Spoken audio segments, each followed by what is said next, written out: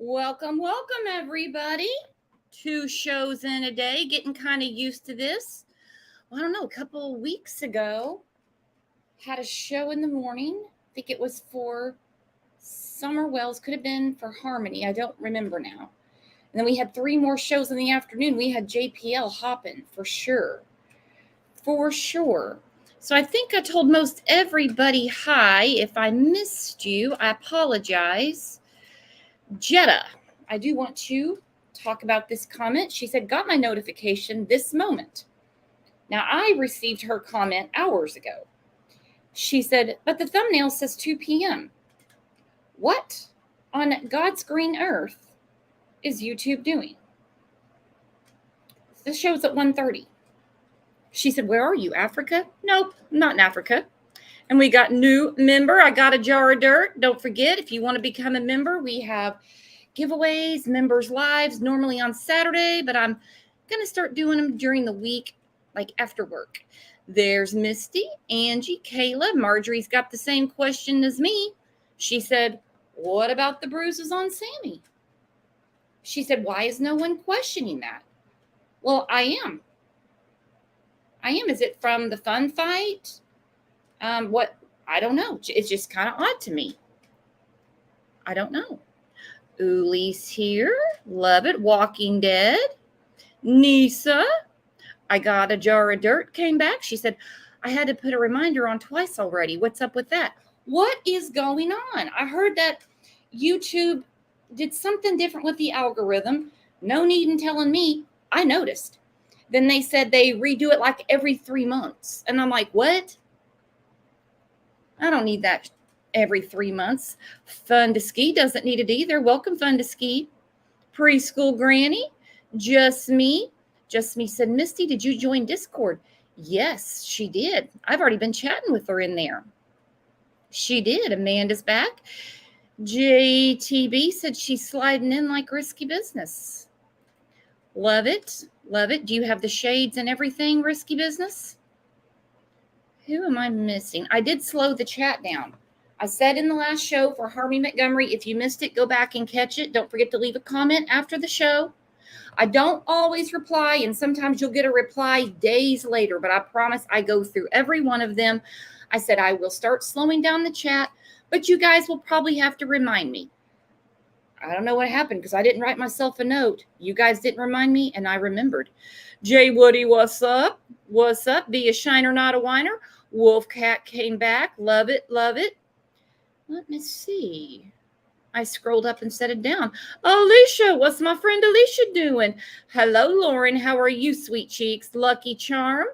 Missy Q, please put on your CC listening from work, reading your chat. I don't know. It's something you have to do on your end.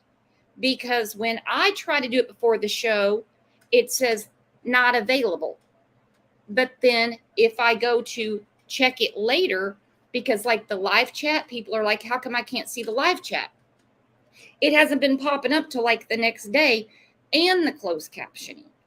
A friend of mine did a live yesterday, and I went to rewatch it, and I had it on my TV. No, I was watching it on the computer, and I had the CC, the closed captioning wasn't available. So I don't know.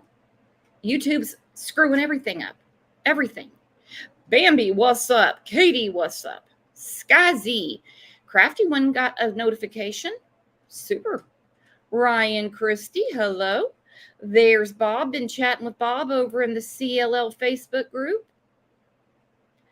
Ryan Christie, what is Discord? I shouldn't call it Discord. That's just the name of the app because there's no Discord in there really. And it's not just about cases. It's basically just a chat server for the Crime Lines and Lies community. And if you would like to come and chat with us between shows, whether it's about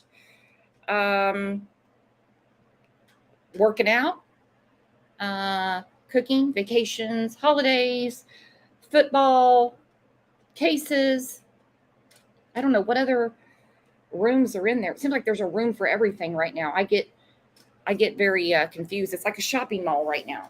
There's always something to talk about. Let me put it that way. Was Sammy and Kiely the ones fighting? I don't know. And I would like to know why when we went back through it the other day, why Sammy suddenly falls off when she talks about the conversation they had at the car. She hurries herself, says random stuff, and then she says, well, let me rephrase. She said they were talking about random stuff, and then and I don't remember. Then she mentions the bodysuit. I might be getting this out of order, forgive me. And then if anything changes, she'll let you know, like a change of shirt. Well, not just a change of shirt, 2 other hoodies were on Kiely that night. I would like to know too. Lauren's leaving work. Okay. Bedtime clown, where you been? My 3 girls. You grew up in Sapulpa? I'm your favorite on YouTube? Don't tell anybody. Don't let that secret out. Wow, we're practically neighbors. How cool. Got a lot of people working and listening, like Russian aloha. I have never put those 2 words together, but that's a very, very cool YouTube name. I like it. Tough as Nails is back. Sir Coolbox says, sup, folks. Hope everybody's doing good. If I missed you, I'll catch you in the comments. Exactly, seashells. Rest in the arms. Rest in the arms. Deb White. Sammy knew Kiely's Life 360 was off. A lot of things are off.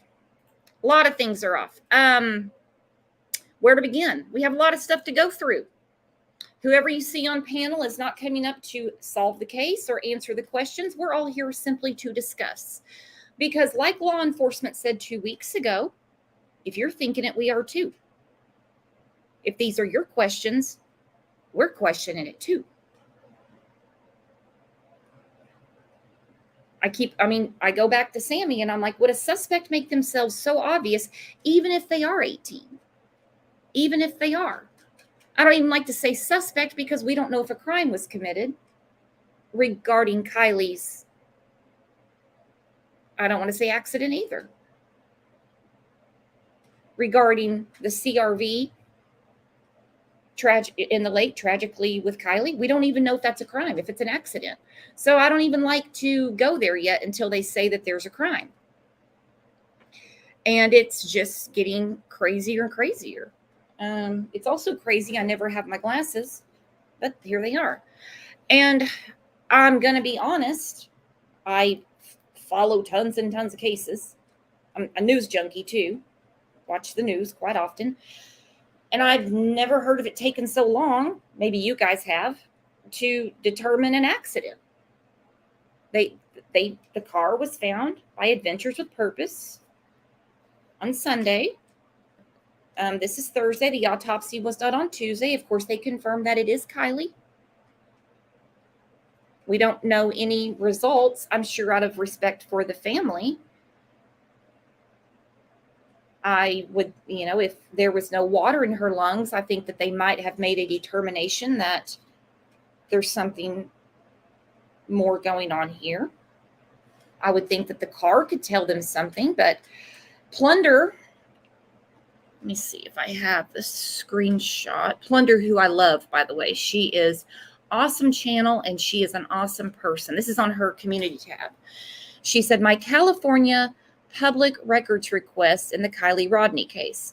So she goes through, Freedom of Information Act, and they replied to her, nope. It's under investigation. Still investigating. Yeah. We're almost 3 weeks since Kiely did tragically die. And I've honestly never seen such a 50-50 in a case. Almost split right down the middle. You've got people that are still following the case, but are, Brooks, give it up. It's an accident. You can tell it's an accident. No, when I see a car drive off the beach into the water, not even off the boat ramp, I don't assume accident, especially with the things that we heard before we heard the car was found.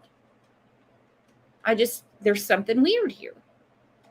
If it turns out it's an accident, terrible, terrible, terrible. It's still going to be the weirdest damn accident I've ever heard of. I'm still going to wonder why her friends were so crass, I guess, about their friend disappearing, and why so many different stories regarding the night. I'm not going to get it, but it's 50-50. I mean, like I said, split down the middle. So before we get to it, where are you guys sitting at now? Thinking something happened that's not an accident? Or, look, it's an accident. She went down, even though she's very familiar with the area, she went down, the road less traveled, full of potholes, etc. And she made a turn off of this very rugged road and drove off into the lake. I don't know. You guys tell me. You tell me. Foul play? Foul play? Foul play? Foul play? Okay. Okay, AV's the one that's breaking the scale, the 50-50 scale. AV's on the fence. Pat K, accident.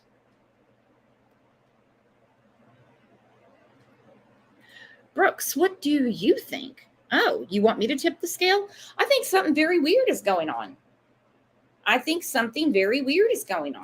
When I first heard about this case, I guess it'll be 3 weeks ago this coming Monday. I think it was the first show we did. First of all, I thought, why is this a viral story? If this girl had an accident, why is everyone talking about it? Then I see Sammy, and I'm like, oh, damn. Oh, damn. What the hell's going on here? Bedtime Clown, I saw you backstage. By the way, if you guys grab the link and want to come up and talk, I don't always see the screen. And also, I don't like to have a panel with like 50 people on. So you'll get your turn. I promise. And if you waited a couple of shows ago and you never got up there, I did write down names. And if I see you pop in there, kind of like Disney World. You know what I mean? When you buy that specific ticket, I'll put you at the front of the line. So we got JPL backstage. We're going to say hi to On the Scene with JPL and our friend Bedtime Clown, who I have not talked to in months. Hello, JPL. Hello, Brooke. What are you? And hello, everybody else. And there's Bedtime Clown. What have you been doing, my friend? Doing good. Hey, JPL, how are you doing? Hi. Doing great. I don't want to stay up long. I just came up to say that one clue you guys can look at and possibly consider is the tracks that were left by the vehicle as it was pulled up out of the water. The vehicle was obviously in park and or drive, based on the tracks that were left. Yeah, that were left as it was pulled up on the bank out of the water. Okay, those tracks. Yeah, clearly those tracks weren't there beforehand, so that should answer the question as to whether or not the car was in whatever gear as it went in, right? Else that would not have, or that would have, they would have been spotted. Okay. Well, I don't know. Okay, I'm just trying to get clear here. Been a busy day for Brooks, and I've had too much caffeine. Okay, so we don't know anything about any tracks going into the water, but you're talking about the tracks when they pulled the CRV out. Right. And Adventures with Purpose, they wouldn't have put the car in any gear to get it out. So that car came out of the water in whatever gear it was in. So that would have been either drive or park. My point to this is that I'm of the belief that this was an accident. This was not on purpose. Okay. I believe she was found in the back of the vehicle because she drove the vehicle into the water, and she ended up in the back because as the front sank down, which would have happened before it flipped over, right? As it filled with water, right? She tried to escape the front cabin to the back. The doors were locked. That's a 2013 CRV car. Hang on just one second. You're not saying that Adventures with Purpose pulled the CRV out? No, there was a separate company that did that. He's not saying they pulled it out. Tow company. Right. They righted it. They dove. Adventures with Purpose used their sonar, found the vehicle. They dove down, verified it was hers. They probably used airbags to right it, right, to upright it, put it on its wheels. They also probably are the divers that attached the hook to it to tow it out as well. I don't know if they did all that or not, but no, I think I saw them on the Today Show. Basically, once they identify the vehicle, then it's all turned over. They do nothing else with it. Like there's right. switching of gears, nothing. They have other divers out there too with cameras that can tell. They can take those pictures and say what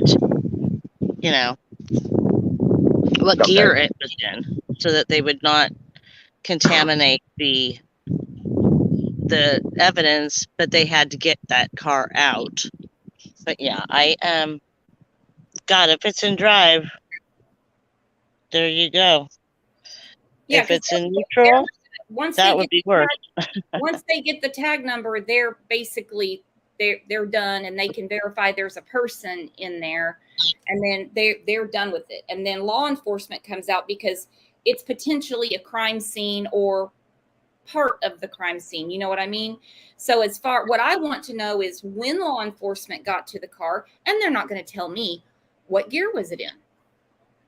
Was it in drive? It wouldn't have been in park because you can't push a parked car into the lake. Or was it in neutral? They won't tell you. They won't tell us. Well, that's part of investigation. They're like hush, hush, like kind of like that's what I'm saying. Look at the tracks on the video of the car being pulled out. It was either in drive or in park, and if it's in park, then that's because she probably was trying to escape to the back of the vehicle to buy herself some time as it was filling up with water, because the only way that you would be able to get to the back of the vehicle would be through the driver in the passenger seat. And you don't necessarily have to push the button on the gear shift on a 2013 CRV. Your body weight as you're trying to use your legs to move to the back of the vehicle where there's more air and less water, you push that thing right to the park position, because the park position is at the very at the very end of the travel of the gear shift itself. That's all I'm saying. I mean, that my belief is that she drove that thing into the water, and it's a tragic accident, and the reason that she was in the back was because the doors were locked. She woke up, sobered up just enough to whatever it is, realized that she was in a car sinking in a lake, and that explains the tracks. That explains why she's in the back. I don't know about the back window being broken out. All the pictures and videos I've seen, I don't know how people are coming to that conclusion. The driver's side window. Looking at this with a fine-tooth comb. And to me, I'm not trying to be gruesome. I've watched them roll it out several times. I'm no car expert. Cars don't roll if they're in park. I don't know anything about the tracks because there was so much water coming out of the car. It seemed to wash it away, but it looked like neutral to me, the way they were kind of freely rolling. That was just me, and I'm no car expert. I don't know anything about accident recreation. Don't take my word on anything. That's just my opinion. And I didn't know this. Ryan Christie said, by the way, thank you for the super sticker. Adventures with Purpose offers to help rig the car if law enforcement wants them to. I didn't know that. Provide, guys. If not, they step to the side and film if law enforcement lets them. Sometimes law enforcement won't allow it. And I understand all of the above. I understand all of the above. Alicia, the black box should be able to tell if her foot put it in park, possibly. I was going to ask about the black box. Do they have them on your car? They yeah, like they on an they, airplane. they should there should be a black box on that vehicle. It might, but it might not tell it as advanced as they are today. It might not tell everything, but it should tell enough data to where they can tell whether or not how fast the car was going, whether or not the brakes were, when the brakes were applied, that kind of stuff. Shining saw something different than me. Shining goes, those tires were not rolling, they were dragging. That's what the tracks tell me. I actually haven't seen video from the only video I've seen is from a helicopter with it being pulled out, and I couldn't see the tires rolling or not rolling at all. All I could see was the tracks. So, oh boy, this is not getting any easier. I tell you what. No, we'll find out. HP is doing an extensive traction and everything on the roads. Their investigation. We're all becoming accident recreation specialists, looking at tires. Okay, Jay Woody, that's what I was looking at too. I'm like, are my eyes deceiving me? I'm seeing tires moving, and it's hard because what I saw was kind of grainy. All right, not the best camera work, not fouling anybody. And I could see it looked like they were definitely rolling. Crime Stories Obsessed is in here. Hello, my friend Emma. That's what I said. Like I said, this case, everyone is right down the middle. There's now we have a few people that are like, I can kind of see it either way, but it's either, look, it just looks like an accident to me. See, I still don't buy that she was drunk because the only verification we have is Sammy, and Sammy she told a lot of tales out of school. Oh yeah, don't forget all those other people though. There were some people that said she was drunk, but that could have been, I only heard Sammy, so I missed all that. I only heard Sammy, and then there was a couple of Facebook posts by people that you can't even verify how they would know. And so I don't count somebody from Kennebunkport, Maine, saying she was drunk who's never been to Truckee, California. Yep. Well, I've never been to Truckee either, but I will say this: that canoe video, and I'm almost 100% confident that that one woman that claims she was at the party that is supposedly Ukrainian. Yeah, she did put her canoe or her kayak in to that lake at almost the exact same spot. There's a lot of rumors out there. There's a lot of speculation out there that she went in the water right over where Kiely's car went in. I think she was maybe 100 yards or so down the bank from that, but she did put in near the same spot. The photo that's out there of all of the kids looking in supposedly one direction, not all the kids, but 20, 30 kids looking in a direction, and on the left side of the screen where there's supposedly car headlights in the water, that's bullshit. Sorry for cussing.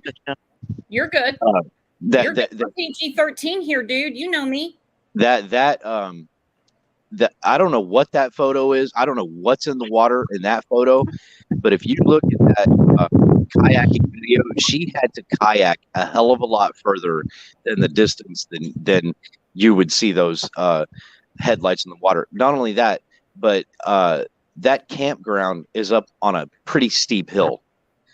So it's highly unlikely to me that you would see those headlights in the water that close to that camera being that far up a hill.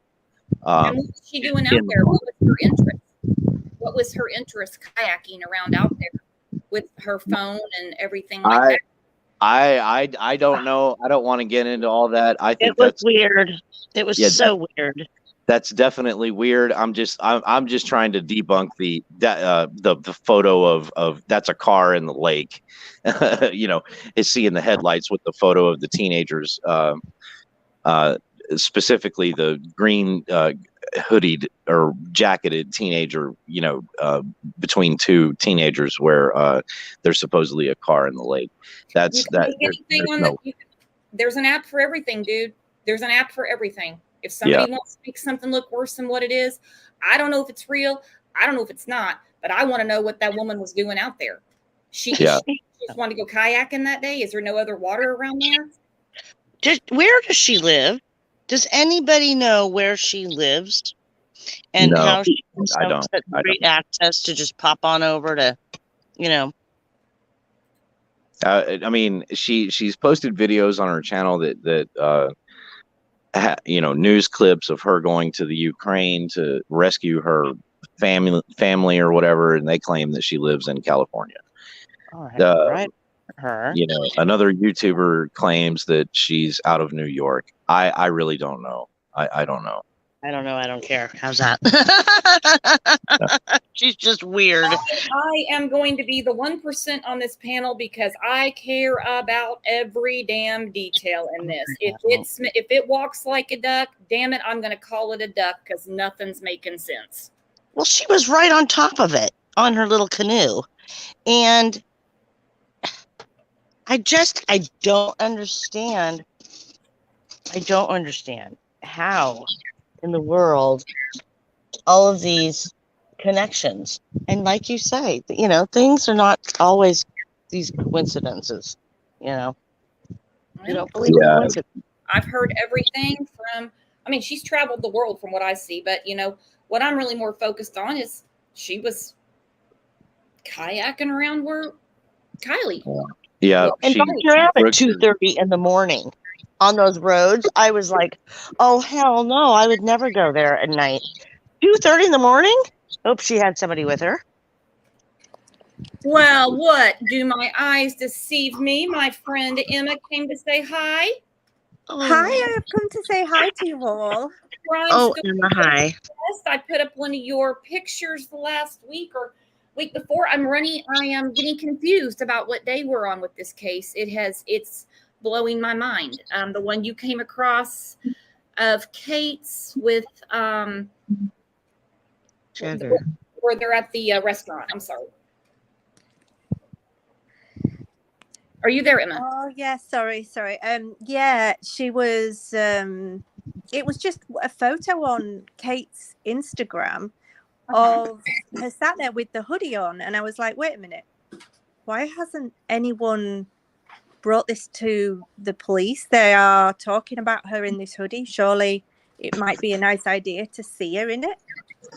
And you did. But you drew their attention. I was trying to, when you're trying to do as much digging as you can to try and find out some information. But to be honest, this Zana May person that you were just talking about, I've been keeping up with that, and it's weird because in the video her phone shows the date and time she was there. She was like, for some reason she had a phone and you could see the date, and it was like, didn't she go missing on what day did she go missing? The 9th? The 6th. The 6th. And it showed that she was there like the day after or something like that. I was like, well, how would she know that quickly to be there? Yeah. That's just too coincidental for me. And no, I'm not accusing or blaming anybody. No. I need to address a comment real quick, guys. Bear with me. Black-haired chick, you guys really think she killed her? Are you watching a different show? Did you just click over? Because nobody has accused anybody. No. I said we don't even know if a crime was committed.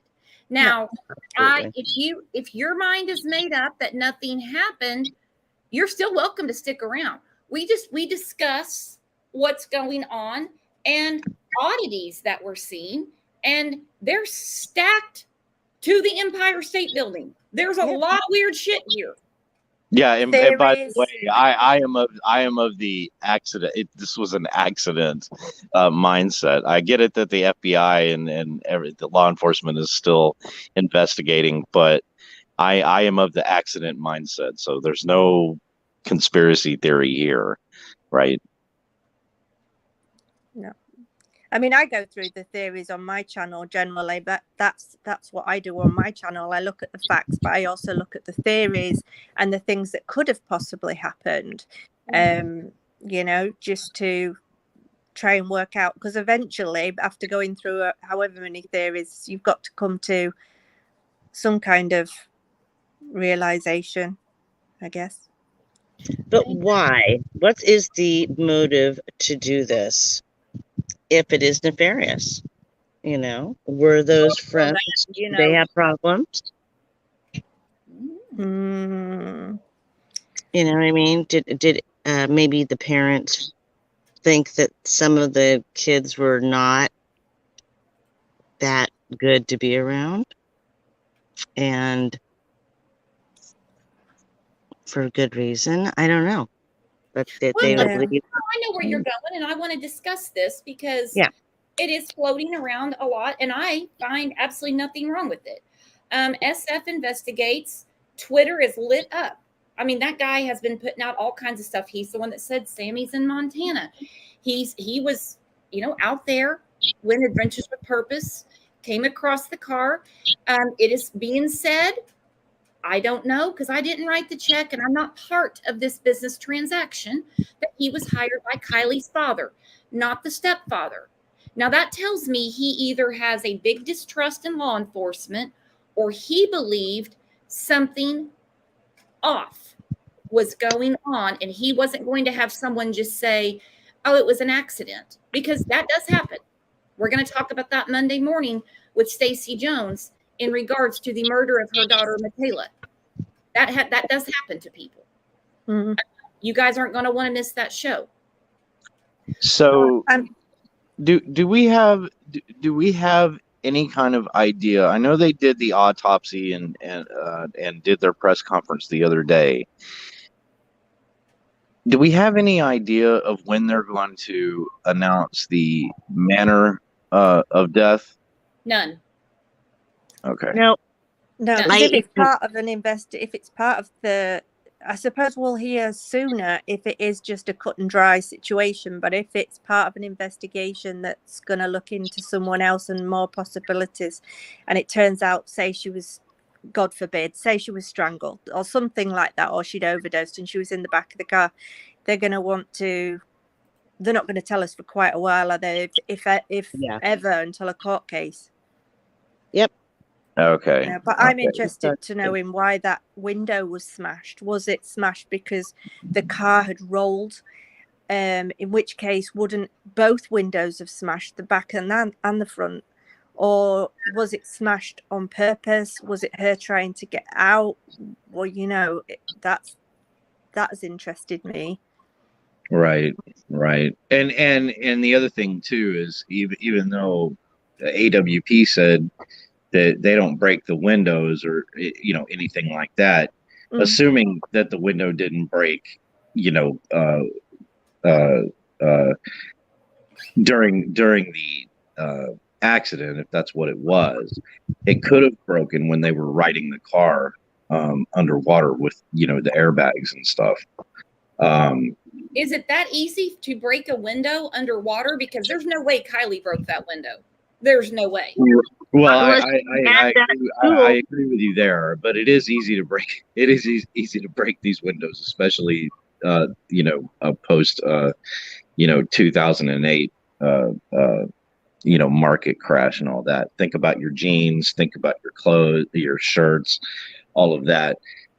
Same with the auto manufacturers. Everything became thinner because they didn't want to spend the money that they used to spend to make things as hardy as they used to.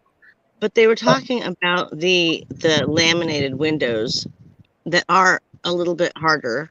And I'm wondering if she did have one of those tools in her car. No. And if she did, she would have been in too much of a panic. Adventures with Purpose did address this. They said it happens when the cars get flipped upright. That's what I'm thinking. Yeah, they know what they're saying, and we shouldn't be saying, "Oh, they don't," like Sammy and Ding Dong, whatever his name is, saying that that whatever they said we shouldn't listen to because it's not official. Well, damn, they're the people that went and found it. They found the car. Yeah. Do you think they're lying to the world? No. And also, was she in the? Go ahead, Emma. I'm sorry. I was just going to say, and also her being in the back of the car has also interested me, because I'm like, was she in the back of the car the whole time and they've rolled it in, or did she not have a seatbelt on and she's just ended in the back floating with the water? What was the reason for her being in the back of the car? That's what they're going to have to figure out. It would make sense to me that the water's rushing in and she would try to get out the back, but now there's other things that side windows could be laminated too. Don't make sense there. We're going to get to that. But the dad had an PI. I lose my train of thought quite a bit. You guys, I apologize. And for those of you that keep those tools, or you keep a hammer in your car or something like that, good for you. I don't think I could think that fast.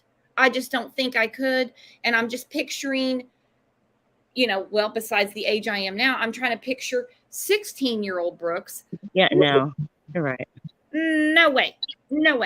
So not unless you're a Boy Scout, like an Eagle Scout, then you do that. But definitely not when you're drunk. Yeah. Right. Exactly. When you're intoxicated and if she was as intoxicated as they were saying she was, and then the panic on top of that, and the alcohol would have slowed her down.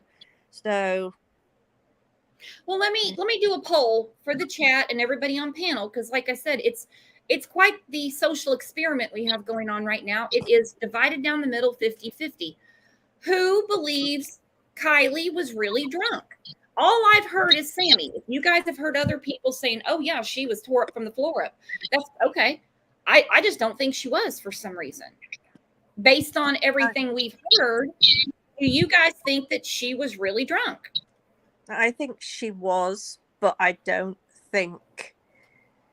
I think she was, but I don't think she would have driven home like her mom said. I think at 16, really drunk is not the same thing as really drunk at, say, my age of 45. And being a brand new driver, looking at that road map, it's really easy to just, at 16, thinking back to 16 and driving, which I didn't start driving until 17, but even then, it would have been just as easy for me to run off that road and into the water, like I believe that happened, especially at midnight. I think she had something in her system. Yeah. Just I don't know what it is. I think there was something in her system to make her do this wrong way turn.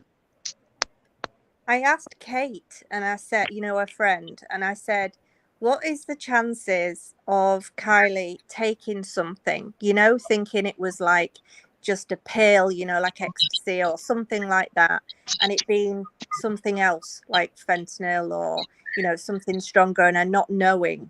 And she said, I wouldn't have thought so, but if she'd have been peer pressured into it, there's a possibility. Yeah. Because remember, Sammy said she wanted to get effed up that night. Yeah, she did. Yeah. So Sammy actually said that about Kiely, that Kiely wanted to get effed up that night. Yeah, but then she also said this, I'll put on the screen. She said she was having a fun time at the party, just being a teenager. For some reason, Sammy She's in a different category. We got a background noise. Is it me or what's going on? I hear like a chirping. Is it my microphone? Wait, let me mute and see if it goes away. No birds here. No, I don't mean actual birds. Sorry. I like sounds like birds.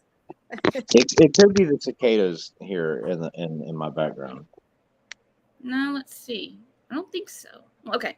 Anyway, she said she was having a fun time at the party, just being a teenager, which is a very strange thing for a teenager to say about another teenager. Sammy obviously looks at herself as older. I don't know. I mean, she's only 18. Smith told ABC News during an interview Monday, which is not this past Monday, as you know, we're coming on week 3. Everything she drank, I drank out of. And there was nothing that seemed off about her. But then we hear about how she couldn't accept a ride from her, as if Kiely was begging to take her home. And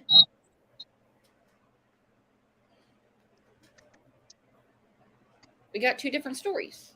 And also, Sammy drank out of everything she drank out of. Come on. Yeah, but Sammy also is still alive and made it home, obviously. So we don't have any idea whether or not she blacked out. If you think about it, the whole narrative we have with this is all from Sammy. And that is the problem. I mean, I know some people I've gotten some comments, some emails, leave Sammy alone, leave Sammy alone, leave Sammy alone. I mean, if Sammy was up for adoption, 1 million people would adopt her right now. Great. The only thing that we have to go off of is what Sammy has said. And Sammy's full of shit on a lot of things. But she's the one that's painting the picture of the story. Yeah. Wasn't she the organizer? And then she became the organizer of the teen team. How'd that I know. work Well, out? I said to Kate, the friend, and I said, why is it Sammy is doing so much? Why is she organizing all this search parties and everything when she wasn't even her friend? And she said to me, well, I think she feels, what did she say? I think she feels responsible, was her words. I think she feels responsible because she was the one that organized the party. Well, she organized a boner of a party. It didn't turn out, and she left her own party. Why would she leave her own party? And what time did she leave again? Before Kiely. I don't know the exact time. The only exact time we have that night is 6:08, the surveillance from one of the stores. Then we have 12:33 when Kylie's phone went off grid. And then the oddest time of all is Sammy saying 12:36 a.m. Now, JPL came backstage before the show. If someone asked me what time did JPL come in, hell, I don't know. It was sometime before the show between 1 and 1:30. I wouldn't say 1:18. 1:18. Unless I just happen to be looking at my clock and remember that number. Even when at the press conference, when they said her phone went off grid, no activity, whatever you want to call it, at 12:33 a.m. Sammy's still talking. She didn't shut up for 3 more days. She never addressed that 3 minutes. She never addressed it. How can she talk to her 3 minutes after her phone went off? And and the whole, well, she was drinking too. She couldn't have talked to her 3 minutes after her phone went off grid. Right.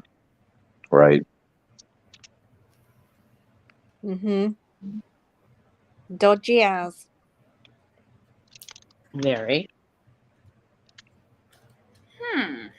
So in my mind, it's either one of 2 things. Either they saw her, if they could even see that far, they saw her drive into the water and they all split. Or someone at that party drove that, or did whatever they did to put that car into the water with her in the back seat. Then we have the mass exodus at around 12:30. We don't have an exact time on that. That's weird. That's very weird. And what about what now? When I was that age, and we went to the lake and had a party, maybe of close to that size, maybe even it was just a couple dozen of us. We usually got busted by the cops. Uh-huh. I mean, that was sort of how it always went. We're out there in the middle of the night, in the dark, at the lake, drinking beer and doing whatever, and the cops would show up.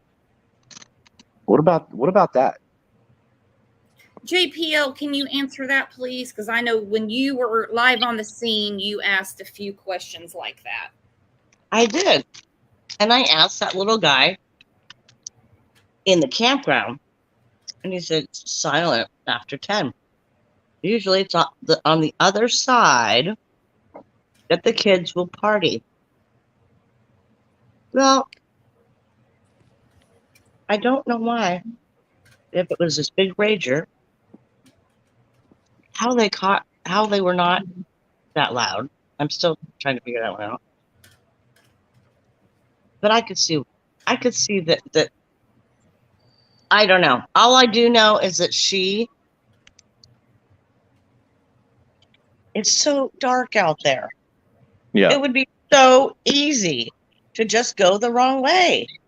Yeah. Would. Well, he would. I mean, I just don't. I don't So, know. I mean, it just makes you think then, will they not subpoena Sammy's phone unless they have reason to do so? They won't get, at the minute, I guess she's not a suspect, is she? They can check the records without her knowing. They can definitely do that. To physically get the phone, yeah, they'd have to have a warrant to pry it out of her hands. And I stand corrected. I said Sammy was the only one that said Kiely was drunk, all of that stuff. Don't forget all the crazy illegal drugs. If the earth can produce it or man can make it, it was at that party, according to Kiely. It was overwhelming, and she's been underwhelmed before. Sammy and Ronnie's two cousins. Those are the witnesses, my friends, to how messed up Kiely was. What about Elsa? So there was another YouTuber that put out a video this morning showing two separate videos from the supposed party. And she was questioning whether or not either of those videos were from that actual party. The only thing I know is that the second video that she showed that showed the back of a vehicle that was definitely a California license plate, right? So I would imagine at the very least, law enforcement could subpoena the records from whoever owns that car of that California plate. The other video showed, I think, a black Dodge, doing donuts and whatever else at this party supposedly. It didn't have any identifying info on it, but I do know that people were saying that nobody was showing or nobody was turning over to law enforcement their pictures and photos and all of that with what 100 plus teenagers supposedly being there, which I find hard to believe as well. Me too. They say they did, and I can't figure it out. JPL and I've been banging our head against the wall about parking for weeks. I think the pings are gonna tell. They know. They have information from that night of the pings. Yeah, from everybody that was there. Yeah. It's gonna be phenomenal to find out what's up. But yes, if there's something specific, they are going to have to subpoena. And Sammy's parents are kind of in the law career, and they're going to protect her like, Mm-hmm. Yeah. And the video that's going around, chat's lighting up saying that video was debunked. It wasn't from the party, not even the same trees. Look at us. We're just checking off the boxes. We're just knocking stuff off the table. I'm going to have to drop down, guys, but it was lovely talking to you all.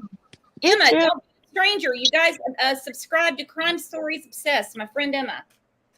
Love you, Emma. Thank you. Love you guys. Take care.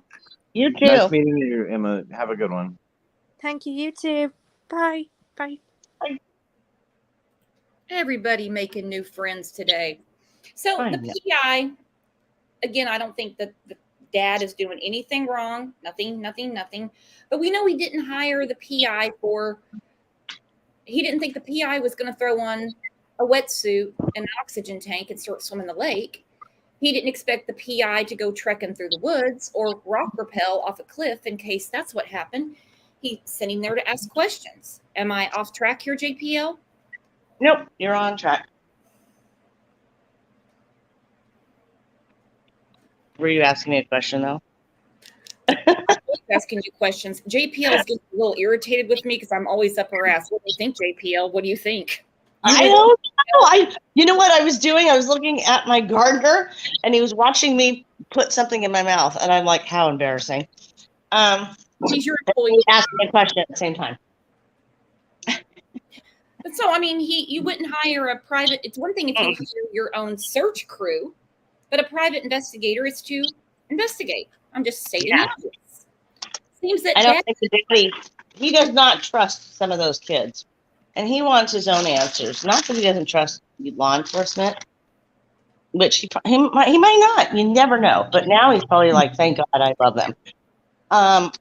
But I think that he questioned maybe some of the people that she was hanging out with just for his own peace of mind, because he's heard so many little rumors and things that, she was with this kid and I just never got a good feeling, that kind of thing.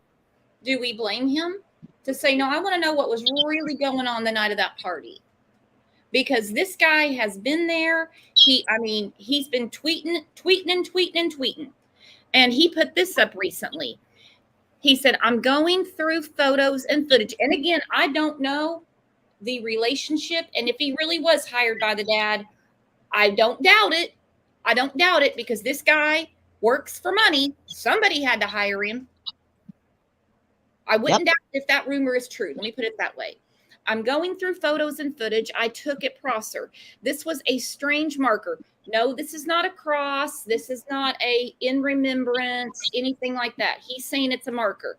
This was a strange marker set up on the beach. I just looked at the location data that's on the other screenshot. You guys see that? What is it?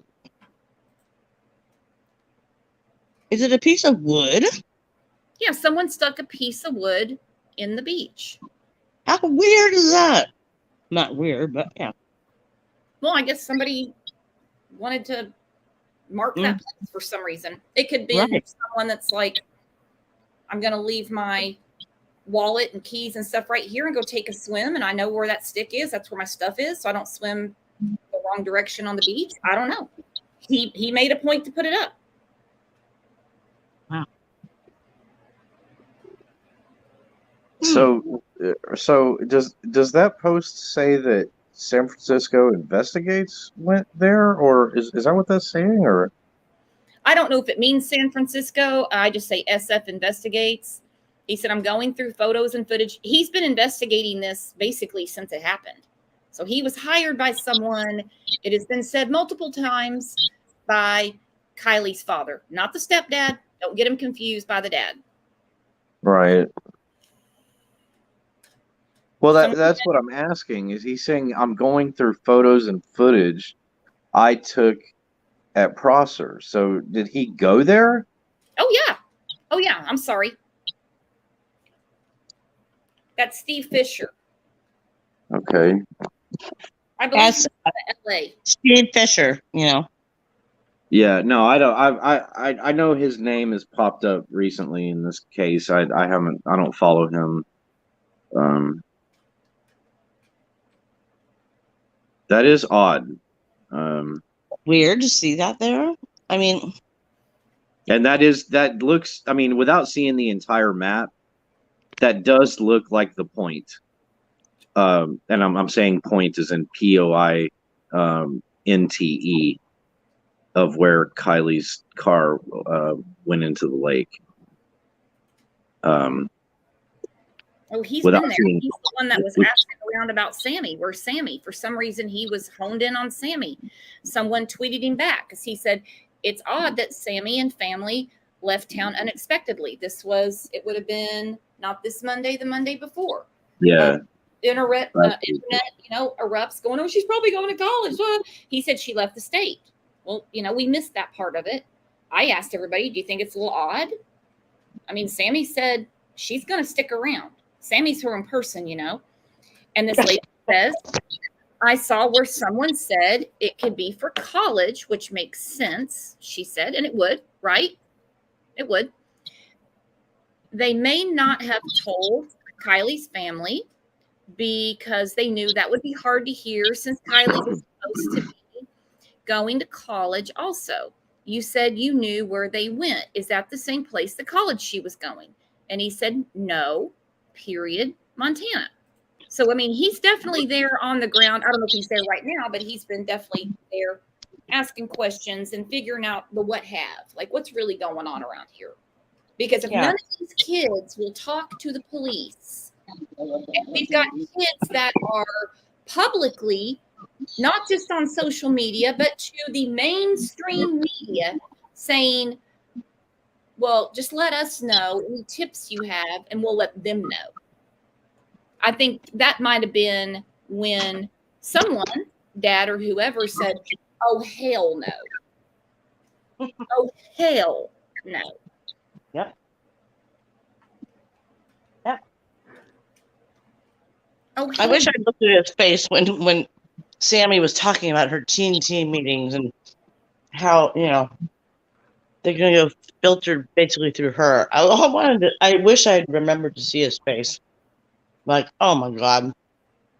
No. I just so somebody in the I comments. stand corrected.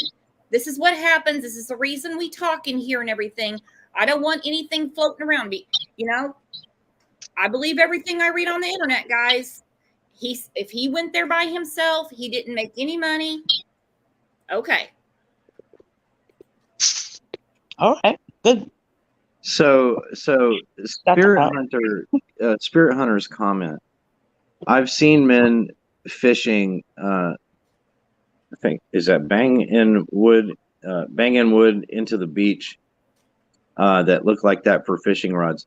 Yes, but I have a boat, but I don't always take my boat out to fish. I'll fish from the bank, and I tend to try to find spots that have either a lot of foliage, in other words, tree limbs and or rocks.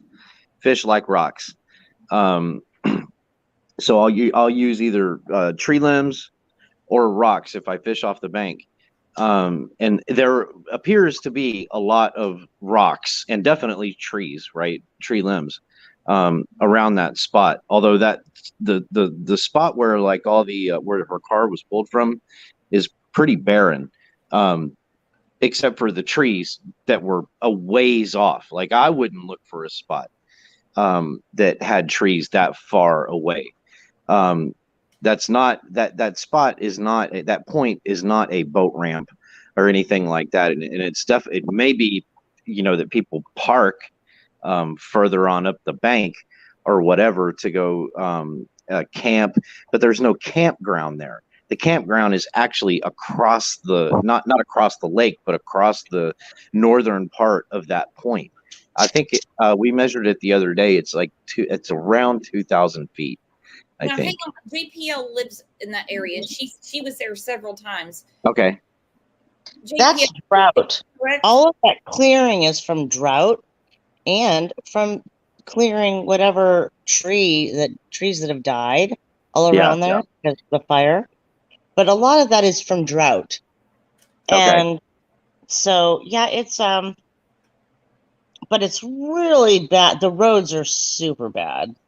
Well, it seemed to me, because if you look at the Google images, like the actual satellite images, that it shows at least for me, it shows the water level being a hell of a lot lower, like almost where her Yeah. car wouldn't have been underwater.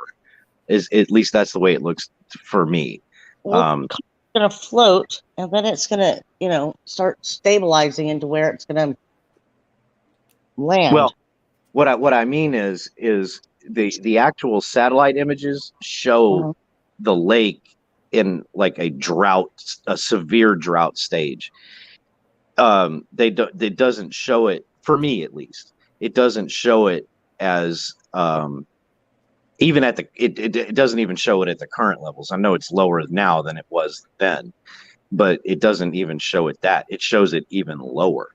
In other words, her car, it looks to me like it doesn't even look like close to what it looks like on the news footage. It looks like that arm of the lake was almost dried up on Google Images when you look at it. For me, at least, it does. And my own lakes around me, I'm in Dallas, Texas. They do the same thing. If you look at the I don't know what the regular map is called, where it's like a cartoon image almost of where the lake is, or you know where it's at when it's at, say, conservation pool or whatever. You go and you look at the satellite image, and then all of a sudden it's like, wow, there's no water where the other map says there's water. Yeah. Speaking of water, you said you're in Dallas? Yeah. Man, how's it going down there? I saw all those pictures on the news. Horrible. Yeah. Listen, there's a few areas in town if we get 10 inches of rain within probably a 12-hour period, it's gonna flood. You know, Turtle Creek floods, far east Dallas, around White Rock Lake, it'll flood. There's a few areas here, downtown near Woodall Rogers and 75. There's an area that in the Deep Ellum that can flood really bad, and Oak Lawn, I think there's an area in Oak Lawn that can flood. That's another part of I believe it's Turtle Creek, something creek. Anyways, yeah, there's like 4 or 5 areas that I mean, the water will literally be rushing up over the roadway, and people get caught in it every time but you know, the rain has subsided for the last couple days, and you know, everything's good now. If all of a sudden it starts raining up in, say, Denton and Sanger and Sherman, we're going to be in some trouble again. But okay, yeah. and that are just catching up. We're talking about the weather in Dallas now. I got off topic. Okay, so back to the topic. And now Jay Woody is talking about Dallas too. We're not talking about Dallas now. I'm sorry, that's my fault. We can do a whole show on Dallas. No, I'm just kidding. What was I saying? We were talking about the campground. A bunch of stuff to talk about, and the brain is going everywhere. That's because our brains haven't had as much sleep and coffee. I think I need to switch to decaf or something. It would probably put me. I don't know. I don't know how my body would take no caffeine. I do decaf because I'm telling you, I have enough like energy, so I can't do it. It makes me too jittery. So I do decaf. Hold on one moment. I need to address a comment. Mrs. Italy said, strange to me, the only ones in here calling names and arguing seem to be his fans. So immature. Are people calling names in the chat? Let's just remember that we are a really cool chat here, and everybody agrees to disagree. And if there's something that you don't agree with, then you just skip that one and go to the next. If you want to yell at somebody and call them names, my email is cll72020@gmail.com. I can take it. Okay, well, I'm sure you can take it because I'm going to go hop off here. Oh, JPL, I had a question, just if you don't Sure, mind, for you sure. real quick. Yeah. So do you believe the same thing that one chick, I don't want to say her name, that she did launch from near the spot where the car was found and went to the north, I guess northwesterly direction to the campground in her kayak? I don't know where she launched from, but she was in that area, and that's just weird. I'm weird. Yeah, Why I is did. she doing this? What is her purpose? Mhm. Her end game? I don't understand it, and I don't understand the timing. If it's Yeah. someone that didn't realize anything that was going on, and they like to kayak, whether they do it once a year or every weekend, not my business. It just seems odd. I'm not calling anyone a suspect or even saying that a crime was committed or anything like that. It's just yet something else weird. Yeah. I'll drive my car to Truckee, but I'm not getting in a damn kayak and floating around the same lake. No. And I'm not going at 2:30 in the morning down those roads. No. Even you're fearless. I am fearless too, you guys. I swear to God, I would go out there. But I'm like, no, I'm not going out there by myself. No. Yeah. I was got just tripped curious by because I was just curious because I mean, obviously I'm in Dallas, so I'm using Google Maps, but it looks. Oh, sorry hang on. I'm gonna have to mute for a second. Okay.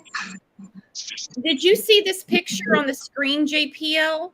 I did. Now, what is that? I'm wondering. I was hoping you could help me with this.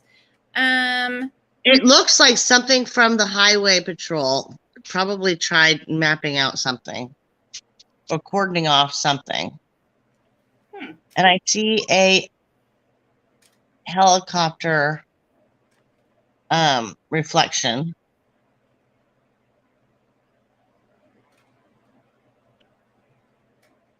And they're showing where I think, I can't tell all of it, but it just looks like that they are mapping out evidence, or they are conducting their investigation on the road. But I can't tell unless it was a bigger picture, like, was there water right there? Was there, Yeah, you can see the water on your screen to the right. Yeah, it doesn't look like there's any tire tracks or anything, but there may be. It's hard to say because of that shadow from the tree. Like the size of a vehicle. It's just kind of aimed the wrong way. You think it would be aimed towards the water if they're doing some kind of recreation, don't you think? Yeah. Very well could be. Very well could be. And I thought it was odd too, the way that they did. So if you go back and you look at, I can't remember the station name, WCRA or something, the helicopter footage of when they pulled the car out of the water. They why did they only set those screens up on one side of the shore? I didn't understand that either. The black screen. I don't know. Yeah. I don't either. I wondered about the same thing. Like, what were those? Unless they were barriers of sort to contain something right away. I don't know. Yeah, I don't know either. I've never seen anything. I mean, I would have thought. I'm blown away. This is a lot of footage from KCRA 3, and it's borderline. I love it and I hate it all at the same time, because I love that we've been able to see with our own eyes this footage coming out. What I hate about it is it's so intrusive for that family, and then it's forever going to be on the internet. Yeah. It's so sad. It's so sad.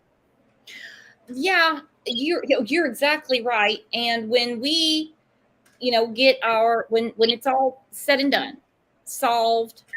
People are already falling away from the case. We talk about it in the Summerwells case, Herman Montgomery, and others. There's heightened interest, and then curiosity goes away. People move along. For the family of any of these cases involved, I will not give the Wells any credence, though. Their life has changed forever and ever and ever and ever. Yeah. And that's very sad because I cannot get that out of my head, seeing her daddy and her papa out on that beach, watching that car being pulled out. Yeah. Yeah, I don't think I'll ever get that image out of my mind. No.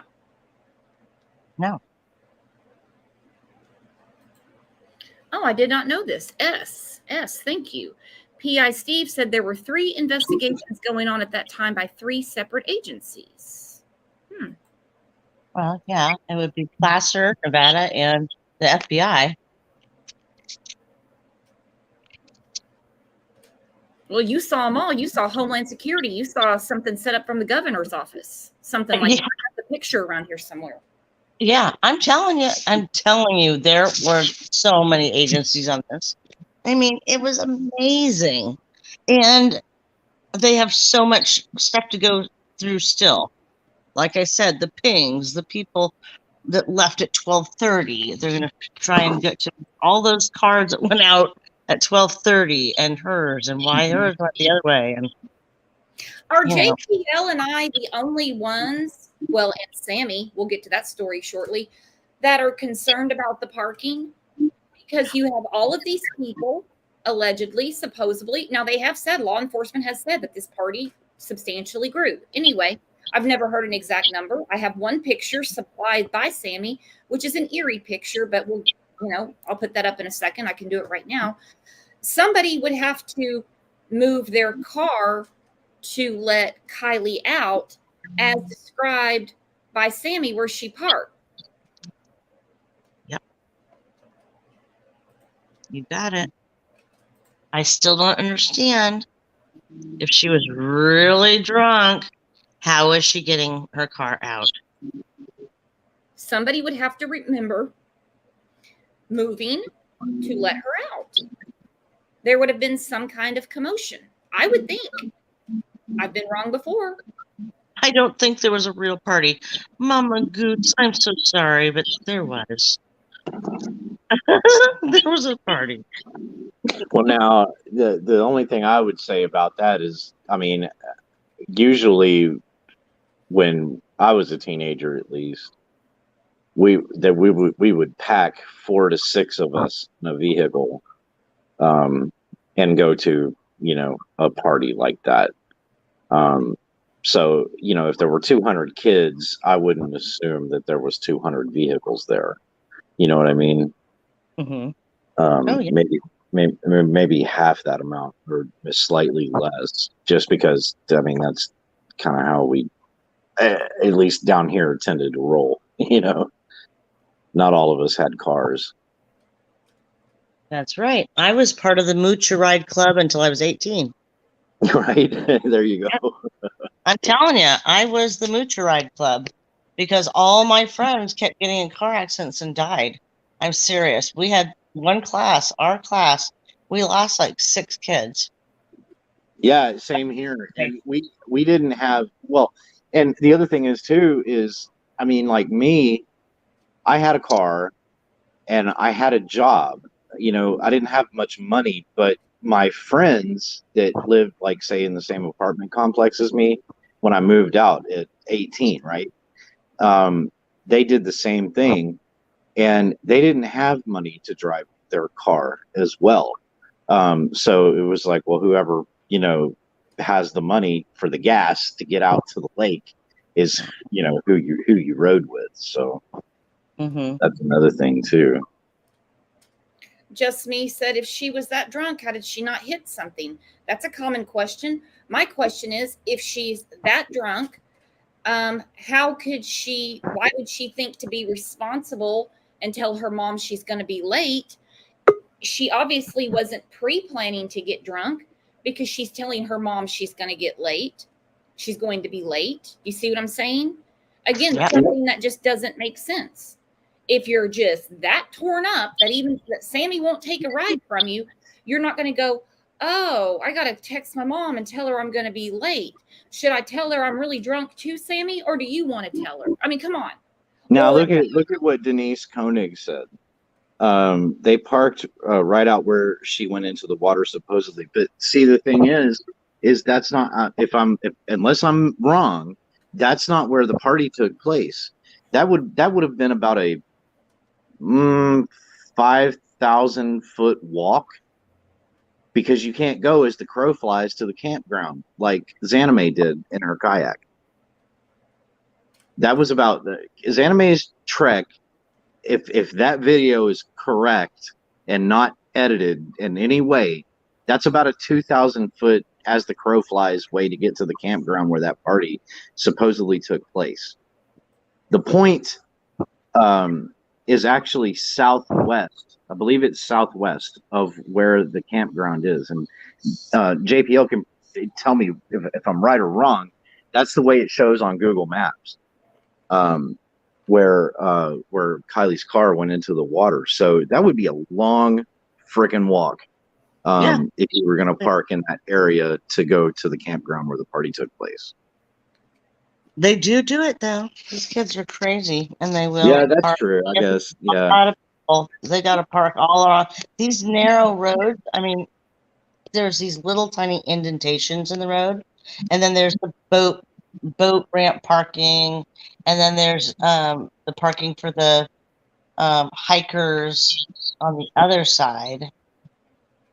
Now, are you talking about on the opposite side for the hikers? Are you talking about on the opposite side of where the campground is? Okay, gotcha.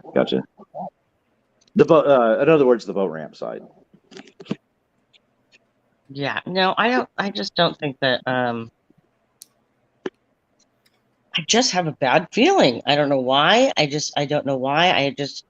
It's so. Why all these things are being kept?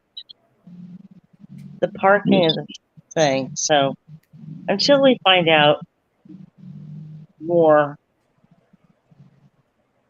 and I've been trying to contact people like the Sacramento Bee and KCRA to let me know if there's going to be a press conference coming up. Yeah. So that's one thing I've been on them about. You know, have you heard anything? Have you heard anything? And because I know that we all want to know, but it's going to take some time. I mean, this is a really, and like you said, it is unusual for just an accident for them to be so taking so much time and so secretive. But who knows? I mean, maybe there is a nefarious component. Ryan Christie, thank you for the super sticker. Don't forget all the walks back and forth to the car for drinks and to charge her phone per Sammy. Yep. They wouldn't go that far multiple times. Sammy also mentioned one of the walks to the car. We were talking about random things. Sammy loses her train of thought. She goes, I don't remember. Then she mentions if something is important, like changing her shirt, she would let everyone know. Something trips her up in that. Yeah.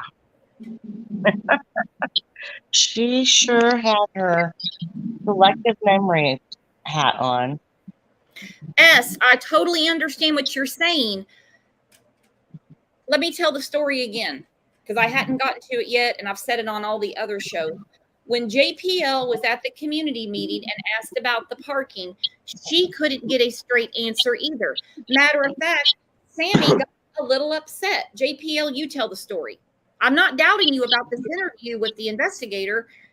That's the thing. We keep talking about the parking because JPL, I think it was Wednesday after Kiely went missing, asked Tuesday meeting. Tuesday, yeah.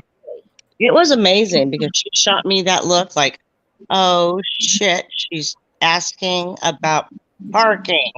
And then her mom's arm goes around her, and her mom is whispering to her. Megs is sitting between the two of them with her head in her hands, and they're sitting right in front of the panel, all law enforcement. And all I asked was, okay, if there are all these kids there and young adults, where are they parking? Where the hell was this girl parked? And were there people around them, around her car? And how, did somebody have to move their car to get her out? Or was she in a parking spot on the, off the trail and nobody, so that her car wouldn't get hurt or, like she wouldn't bump into somebody when she parked there? And they just nope, we're not answering that. We can't answer that. It was weird. It was just weird. Because I have flipped out about that ever since. That and the deputy saying to you, JPL was on the scene. This is not something she read on Facebook from somebody who's never been to California. She was there.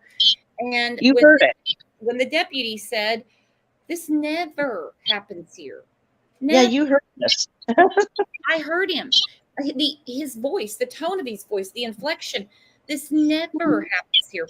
We have had to go out oftentimes and look for hikers, but no, this never happens here. Welcome, John. How are you? I'm doing good, Miss Brooks. How are you? Doing good. Just trying to make sense of a crazy case. Yeah, you guys are asking the right questions. And you're here. Tell us. And I don't. Let's say our introductions. I'm going to introduce JPL. I don't know if you've seen the show the last few weeks. She's there. Hello. How are you? Doing great today. And bedtime clown. So what you got, JPL? Not JPL. We've been talking to you, John. Hey, John. Hey, how you doing? Good. You had a very interesting picture up before of the markers in the sand or on the dirt road. Let me see. I can find it again. That one? No, it had the police marker. That one. Okay. Now that's a picture you cannot blow up, right? That would be part of, that would be part of an overlay, quick shot overlay, right? That would be more like a background. Let me see if background overlay. Okay. Because those markers, those two pin markers to the lower right hand side of the screen.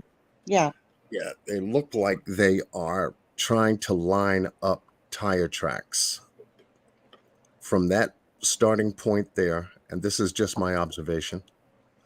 And then as you follow the actual grooves of the tire tracks, they do get deeper over to where that rectangular square marker is. So that would give me an indication that they're trying to line up tire track markings near that water. I wonder when this was taken. Right. If was it before they found her or after? Because after, do you know how many people have gone down there with their cars and people, and I'm just praying that was taken before. Right. And if it was after, somebody said something about the levels of the water and Like someone, I think they had. Oh, sorry. No, that's okay. Go ahead. My question is, where are the tire marks? Right, and that's what I wanted to ask Miss Brooks permission to share the Google Earth map. We can get an idea as to where these may be on the map. Sure. I have to address a comment on the screen. Ramon, you're the one that was in here last week saying you were at the party, that you like to swim in the area, that you had Kiely in your room. You went to Don B's comment section, his after show comments, and you said that you had Kiely in your room. Has the FBI been to your house yet? Are you cleaning up? Because what are you doing in here again? Mm-hmm. Or are you Exactly. letting someone normal use your YouTube today?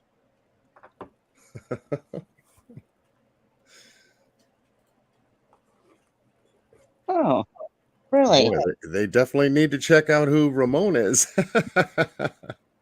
Ramon, I remember you. Yes, it's Ramon, Tiff. It's Ramon. Go ahead, John. Yes, I've shared that. So anytime you're ready, it's on your side of the screen. It should be next to me or No. next to any member of the panel. There you go. There you go. And I've got Miss Italy back there too, hun. I didn't forget you. Okay, I'm dropping down. Okay, guys. Oh, JPL. Oh, don't leave. Oh my gosh. Okay, I won't leave. Oh, yes. Now, Your insight this afternoon on this case is definitely interesting. And I said, well, let me jump up there real quick and say hello to Miss Brooks and the panel and the chat and whatnot. And as soon as you showed that photo of those markers, I said, oh my God, I think I know where this location is. And so that's why I wanted to jump up and kind of share some map work with your chat in regards to. be swimming. Ramon, are you not swimming today?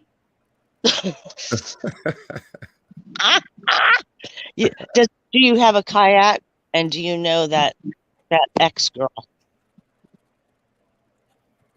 Yep, yep. Okay. Yep. That's exactly where my Google Maps led me to. Just keep it classy, Ramon. You're doing okay right now. So we have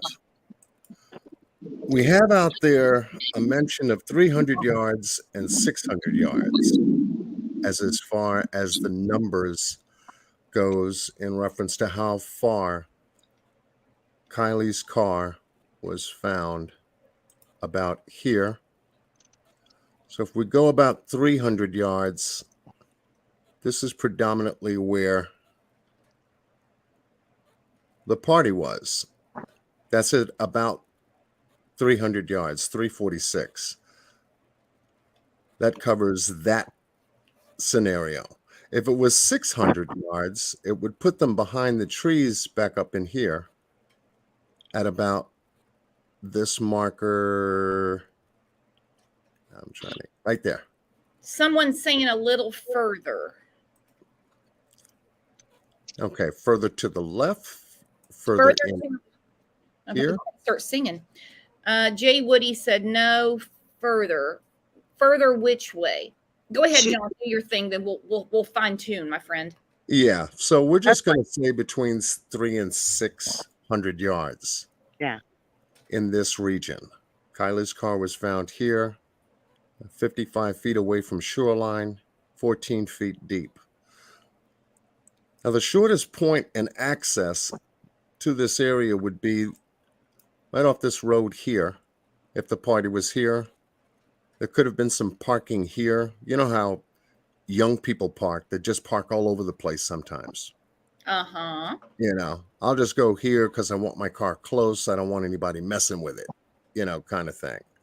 Another thing is that this could be wide enough an area on the side of where they were. As you can see, there's a lot of tire tracks. There's a lot of swirls. Lots and lots of car swirls. This is high traffic area off of a dirt road. So if there was any playing around in this area, which we can see, there's a lot of looping going on here. As we follow the road down off to the side, the road does break to the right and ends up in this area here. Lots of traffic according to the tire marks that we see here. And this is just Google Earth. If you went to Google Map, you'll be able to see a little bit more definition. But it just gives us an idea of the traffic that does go through these areas. Alongside this path We see definitely some dirt grooves here, car tracks here, and as we follow this down alongside, we'll notice the same marks in this area here. If you carefully take a look at tire grooves, swirls, cars do go here. There are folks that visit this part of the park's location, not very far from where Kiely's car was found, just off the road here. So I'm thinking along two lines of that picture that you showed where the tires were deep. Could she have come outside over here and they marked that area, which is where the tires are deep, going in that direction? Up on the outside of I the, have to go up there again and drive it. yeah, of the I'm mound. full of maps. I mean, literally, I got myself lost in Europe with maps. So I'm like, I'm not a map girl. Yeah, this could be an area because I'm looking as to how close the water line is compared to those tire tracks. Yeah. Because we do see a lot of tire marks in these areas. And I just wanted you to just keep that in mind. It is very dark. In chat are saying those are from ATVs, that these aren't from the CRV at all. Right. They But could be ATVs, they could be Jeeps, they could be any type of vehicle covering this terrain.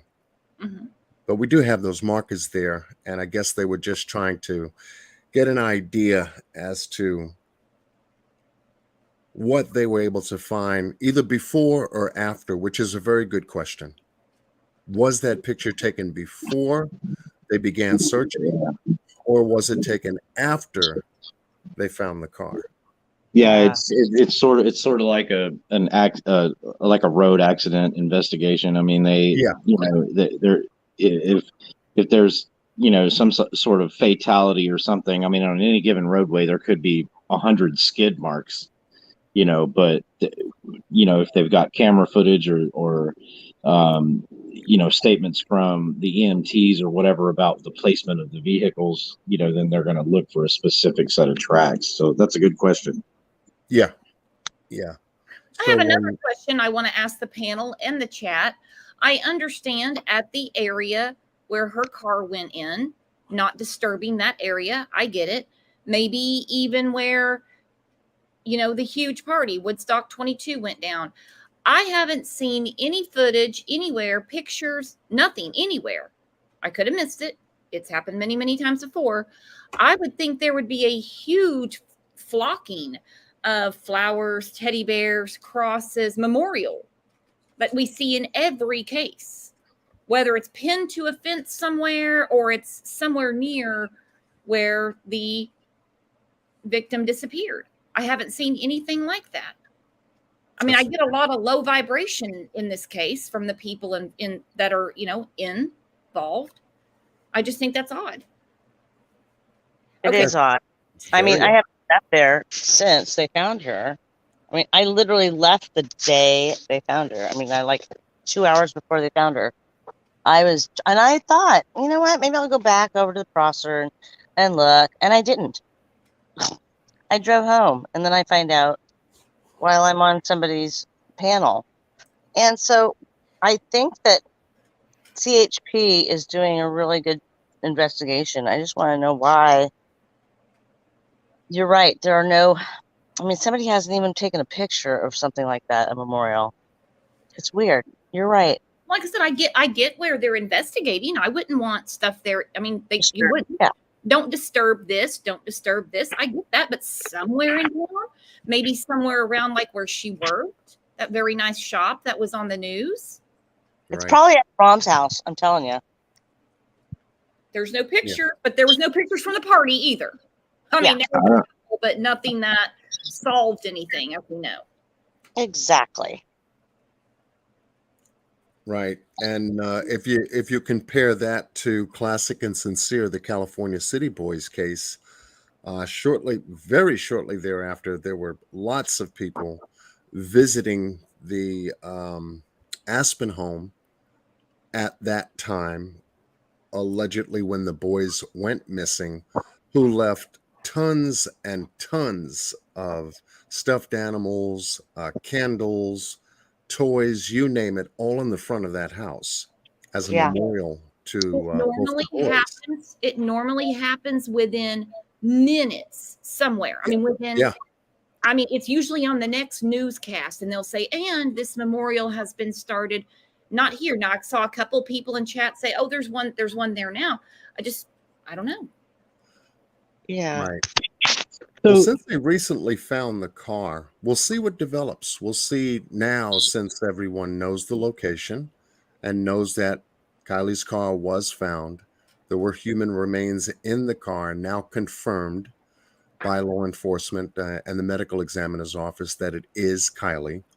Now we'll see how we progress and what we see develop in that area, such as a memorial and whatnot, because now the story has gone from a missing persons position or case up into an accident or even a death investigation at this particular point, up until the autopsy, toxicology, and the forensic work that's going to be, I guess, assisted or done by the FBI to give us a more determination as to the external damage done to the car, driver's side window, driver's side rearview mirror, door panels, everything. Was the doors locked?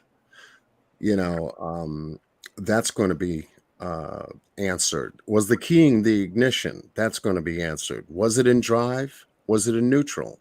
That's going to be answered. That's How did she end up in the back seat? Did she release her seatbelt in a panic to try to get out the car? That's going to be answered. Well, wait, Hawkeye, did you see that Hawkeye Senska?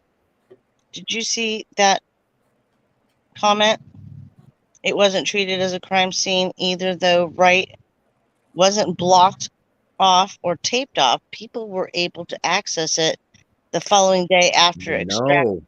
I know, that was very interesting too. I'm like, I figured that they would do a block off yeah, from that area up until they were satisfied about the tire tracks on the road, whether here, where it cuts into a Y and divides both left and right, down in here, all around this area should have been a crime scene, right? All around here. And nothing was taped off yet.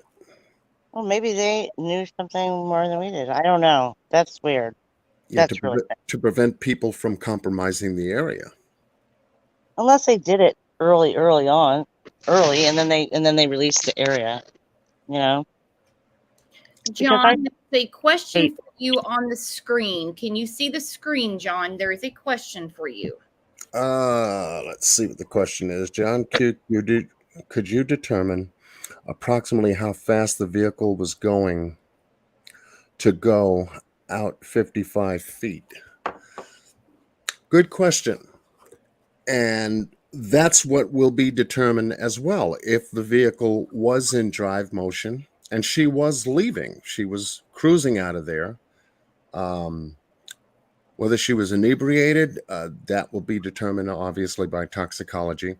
But if she was cruising out of here, just trying to find the main road, she should have made a left if she was anywhere here near the shore. If the cars were parked here in this area, we still don't know where her car was parked. That's the key. And I'm sure that police asked Sammy where her car was parked, because those were the two, along with maybe a couple of others, that kept going back and forth getting drinks from the car. Well, she showed it wasn't very far from where they were partying. Right. She showed that, but what I want to know is, okay, Sammy, so can you explain about the cars around right where her car was. And Right. who are the other people in the car with you getting drinks? Right. So if the car was in drive mode and she was just trying to get her bearings as to where she was, let's just say she's inebriated and Mhm. she's looking through the windshield. She's trying to find lights outside of her headlights because all this is dark. There's no illumination here Nope. whatsoever. If she used her regular low beams and forgot to turn on the high beams, or if she had on both, just to try to illuminate the road in front of her so that she could see, she could have just continued to a point to where, boom, now she accidentally hits the water. When you accidentally hit the water becomes almost like a vacuum. It does pull you. Your wheels lose ground. Now there's nothing you can do with that car. A panic begins, and here she's got her seatbelt on.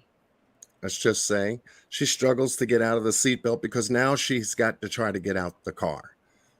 And now the car is floating into the water further and further based upon the speed at which she was driving. And now she's in a state of dire panic. She can't open the door because now the water on the sides of the door are pressing against the door. And that becomes a difficult task for her. Does she crawl to the back to try to see if she can get out that way? We don't know. We do not know. All we do know is Don't know that, how fast that car was going because of the potholes to Right. the water. right. So it's And hard to determine if she was in drive mode. You Yeah. know, could that car have gotten 55 feet out in the water if it was in neutral? Answer depending on how this slope, which basically gives contribution to speed. We don't know how deep that slope is, but there is a very deep decline slope that goes right into the off the bank into the water, which can contribute to speed. And once again, once that vehicle enters the water and hits that water, it could be 5 miles an hour, it could be 10 miles an hour at a very low idle speed. That water, once again, will do the same thing. It will suck the car into it. Once the wheels leave the ground, now the car is out on its own. And floating time, how long it may have floated out before it began its descension into the water is another factor. Right. Yeah. And I'm thinking it's more like probably 25 to 30 miles an hour. But you have to take into consideration that road, because people that have drove that road, like our own JPL on here, said the potholes you could swim in. Yeah. It is, they're gonna bump you around. I mean, they'll cut a tire. You know, you're going to ease through it like baby steps. Right. And I- the I water have on car, the and it water was weird out there. the water It was, depth on this map is a little bit low, isn't it? The water is actually higher than what it depicts on this map, isn't it? I wouldn't think so. Yeah, according to Google Earth, this is how this was captured, and I think this was a 20. Find it. This is a 10/24/2020. Right down here, if you can see my arrow. Yeah. Because Okay. I got differing, like apparently the water level in this lake changes. I mean, it really fluctuates. It goes from right up to where your yellow line intersects the right hand. If you're going south, the right hand turn in that road where the Y is, it can go right up to basically the vegetation line. Right. Right up All in the way here. down. Yeah, so it Also, fluctuates like 15 feet or something up and down. Right. and we the have snowpack. We haven't we- had the snowpack we have had in the past few years, so that makes a huge difference. Yeah, because Gotcha. we did also take a look at, I thought I had, and I do apologize, I thought I had aerial pictures. We do see water in this area here on the side. that make up that sharp mound that they were on. Let me see if I can find it real quick. Yeah. John's right. Yep. Yeah, and it gives us an idea. See if I put it in here. Yes, I did. There it is. See, so we do have water on the side. That gives us an impression off of the Google Earth map that water has increased here enough to run alongside that whole area, as we see. And from the location that they're pulling the car up, see if I have another picture here. Thought I had it. This was another shot from the other side, and we can actually now see the water engulfed on the side of the creek bank here. That creates that mound, and hence the car still being marked in the water at that time. Sorry for the fogginess of the picture. That's how I was able to capture it. No, you're good. But it actually gives you much more of a visual now as to the location, precise location where that car was found.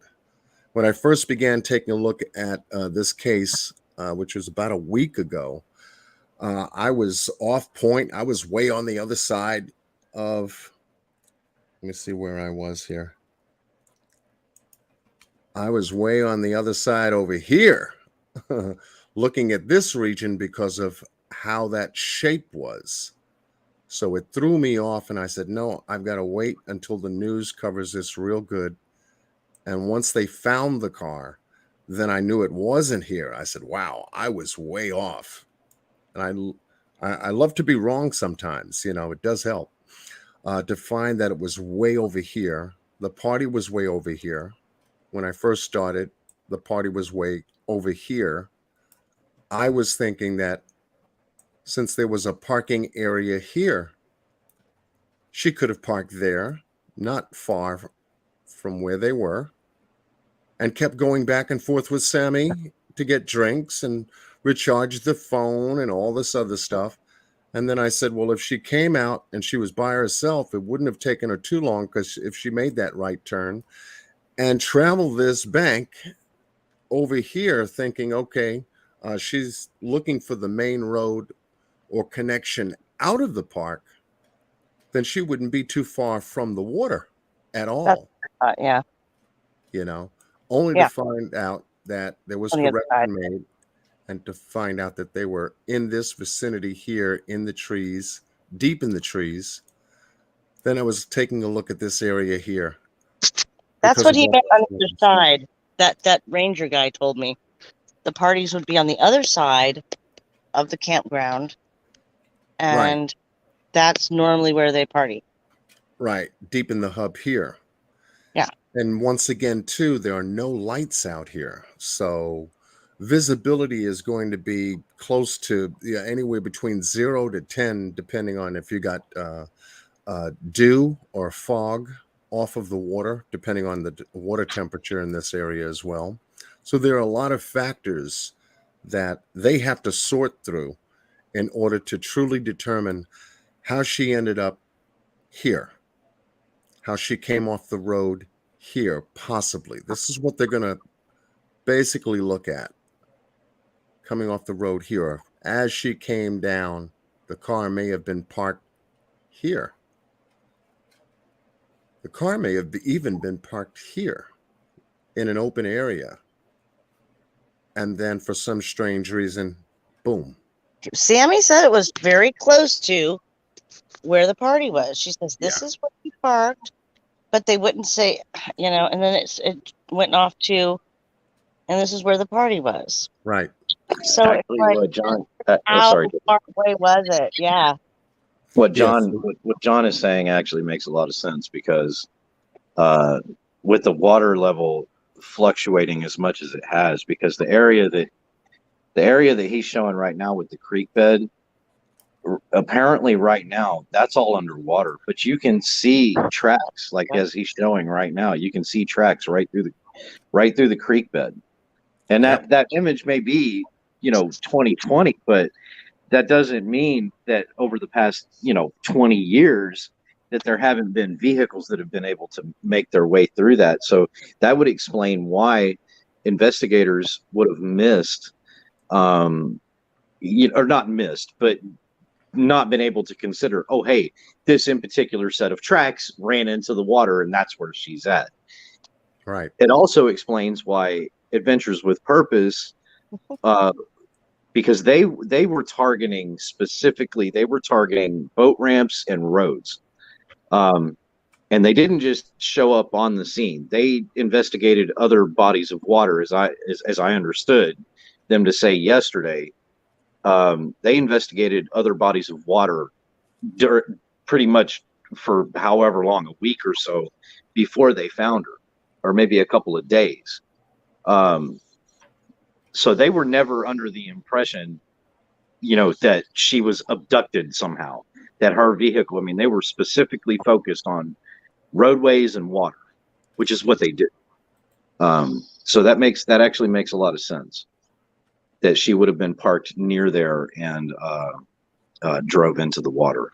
Right. Correct. And once again, we have to go back to Sammy's statement as well. The quick changing of her mind was more of an alibi and excuse during that interview on American Dream Chaser when she first came out and was trying to explain from her point of view a lot of what happened. And all I got from her, if you go back and take a look at that interview one more time, and then one more time, you'll be able to pull out body language, eyes movement, tempo of words. A lot of these elements will start to say, do I really believe this girl? Because after 4 times listening to how she delivered that, I said, no, there's something wrong here. She's full of shit. Because she isolated herself away from Kiely. I wasn't with her. We weren't together, so I wouldn't know what happened to her, is what I got from that interview. Until she said, I was the last person to talk to her. Right. I was the one that pretty much knew everything that was happening. Jeremy sent me an email. I snatched it real quick. Take a look at this. That's where the markers are. So there's a different view. Can you see that better, our friends in chat, friends on pan? Oh, yeah. Now that's good. That's okay. good. So okay. Yeah. That's good. You see, and that's the same track as we began to view this area. That's the same track that came around that bend close to the water, which gave them an indication of some kind that they had found tire tracks. Now, all they have to do is line those tracks up with her car to see if they're identical. If they're not, then it belongs to another vehicle, an ATV, Toyota Corolla. It could be another SUV. It could belong to just about anything. But if they find identical markings on her tires versus what they have isolated there, then that could be a point of interest to them. Well, now this kind of changes. It's a good picture too. Really good picture. Way to go. Way to go. I still see a lot of weird stuff, guys.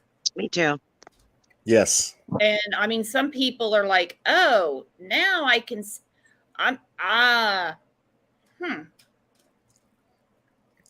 Yeah, because I mean, those there's tires not are going to be any clear, concise conclusion until it's told in a concise way. right.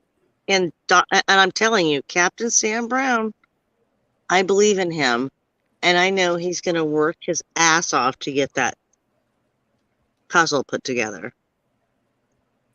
Oh I- yeah, he's motivated. He is definitely motivated only because of the fact that AWP found that car in 35 minutes compared to the 2 weeks they were out there looking. So Yeah. he's motivated. They have had so much to go through, and you know, a lot of people in Truckee really did think that that car was in somebody's garage. I mean, almost everybody I talked to, either A, she's in Mexico or the Philippines by now. That car went on a flatbed and it's gone, God. or it's in somebody's car or garage. Those are the two things a lot of people told me. I thought, God, how weird is that? And they're just like, it just that doesn't happen. Now, Just Me has brought up a point. Why no oil slick in the lake? Ever. Ooh, In over 2 weeks. Why? you're I right. realized, You would think you would have those rings, right? why no? I mean, people were in the lake. The car would have to be leaking oil first off. Engine is sealed. I mean, if the car is leaking, I mean, it's the same thing for my boat motor. If my boat motor doesn't have an oil leak, I'm not going to leave an oil slick. If it has an oil leak, then it's going to leave a slick. You know, there's going to be oil in the water. Okay. Yes, I would agree with that. If there was anything that was Get an oil compromised in slick. the oil area, the gauge, the compartment where the oil is in the car, then yes, some of it would have began slowly leaking out, depending on the current too, because we did have downward current coming into this creek. You know, so that could have dissipated a lot of any kind of oil markings that the car may have been leaking. But if it wasn't compromised at all, then you wouldn't have been able to see any oil. And we have a question on the screen. Ryan Christie, thank you for the super sticker. And this is one of the $64,000 questions. You have to think, how many people drove near that spot in the 2 weeks she was missing? Searchers, vacationers. How did they not see them the day before? Right. Before I came up on panel, I even tried to call them to try to get two things from them. One, what are the park hours? And two, if they knew in advance that there was going to be a major party like this out there on their campgrounds, and this party had been promoted a month or two or whatever have you, and they knew that this party was going to be out here, knowing the age group, what security or law enforcement was going to monitor this party not to get out of hand. Exactly. To Like make sure that somebody over 20 was there, you know, a parent is there vouching, you know. Right. To make sure that everyone arrived safely and everyone left safely, only because, once again, the illumination of this area is 0 to 10, 15, 20 miles in terms of night visibility for folks that may get lost. So I wanted to know if there was security here or some kind of law enforcement monitoring this area during the time of the party, since it was promoted about a month or two well in advance, just to make sure the folks who came out here left safely and there were no issues. And did you get any answers to your questions? I got a voice message. You know, if you know your party's extension, please dial the extension now. Other than that, please leave a message. Beep, and that was Hey, it. what about not so dumb blonde's question? I don't see it. Can you read it? Let's see. When Xanax lady came out, they panicked and had to move her and the car. Maybe the car was in a garage or flatbed. Then Ryan started, and they panicked and had to dump her. So they're saying that they took her, and then because maybe she did OD or something, and then they had to get her in the car out of there. So they put her in a garage for a while, and then they went back to dump her in the lake. Is that what she's saying? I'm thinking that's what she's saying. But that would be a possibility. Right. That would only be a possibility. You know, once forensics once again is done on the car, they're going to be checking the odometer reading, which is critical as to how many miles that was left on the car. The front end to see if there were any type of hard impact. Lights in the front. They're going to see if the battery had died, how much gas was left in the car. Yeah. A lot of little detailed items that they could find. The two sweaters in the story, whether it was the black one or the white one, were they in the car with her? Was her phone her. in the car? Yeah. Et cetera, et cetera. So What was on her? what was where? What was on her? What sweatshirt really Right. was on her? Which one she was wearing? What type of They clothes wouldn't did she have both the they shoes would on? that. You know? Yeah. That they wouldn't even answer. Yeah. That's weird. I'm like, come on, just say, yes, we found a body and it had white or black on. You know, which one? You know what I mean? Right. I don't know. Is That's this why I think person they're still speaking? they're looking into people. I don't know Yeah. why, but they're not telling that person. Maybe they're waiting for the person to say what sweatshirt she was wearing. Right. Along with matching up the cell phone data Yeah. between what they're able to capture off of her phone and if Sammy did call her at 12:36 or if Kiely called Sammy at 12:36. You see, Hmm. I don't know where she got the 12:36. Welcome, Jim Terry. How are you? I'm enjoying this program. You are one of the few female YouTubers that doesn't scream, wear bad makeup, or have a boring channel. I'm enjoying it. Well, welcome. Welcome. What do you make of this? You're a private investigator yourself. I'm extremely disgusted by this, but in order to give my take, it might upset a few people, but I'd like the carte blanche to do that here on the program if possible. You got it. Here's the deal. Okay, let's take a vote. We have Let's a do panelist it. who wants to let's have it. Here's the problem, and I see this all the time. I've worked a lot of cases, and I never used to do children's case until right around the pandemic started, missing persons cases. My rule was I wouldn't do people that leave the country, and I wouldn't do children under the age of, let's say, 17, because 17 in Michigan and other states is technically a legal adult. You don't have to make a kid go home. The problem to this starts before she goes missing. That girl never should have been out there. Her family should have never, ever, ever have allowed something like this to go down. And let me explain why. And before everybody gives me the stories of how they used to go to drinking parties and it wasn't right then, and it's not right now. A 16-year-old girl in the state of Nevada should not be going into the woods drinking with hardened drugs, 25 and 30-year-olds. This is what happened. I have a feeling that you're going to find out through the forensics in this, once it's all done, that although it may be tragic to think that she did this to herself, there is no boogeyman here. There's no massive cover-up. There's no gang leaders. There's no best friends that wanted to see her dead. This is a girl that was 16 years old, is not even allowed to smoke cigarettes, and once the toxicology and autopsy and all the stuff comes back, you're going to see that she had drugs in her system that you would see a 40-year-old guy at a strip club have, and she probably put that car into the water because of confusion. They will figure this out pretty quick. $100,000 worth of a reward. Everybody in the country talking about it. Every little sniveling high school kid with a cell phone out there, and nobody captures anything. I don't think anybody saw this, and I think this is tragic, just like when you see every once in a while a kid gets drunk at a party, puts his car into a tree.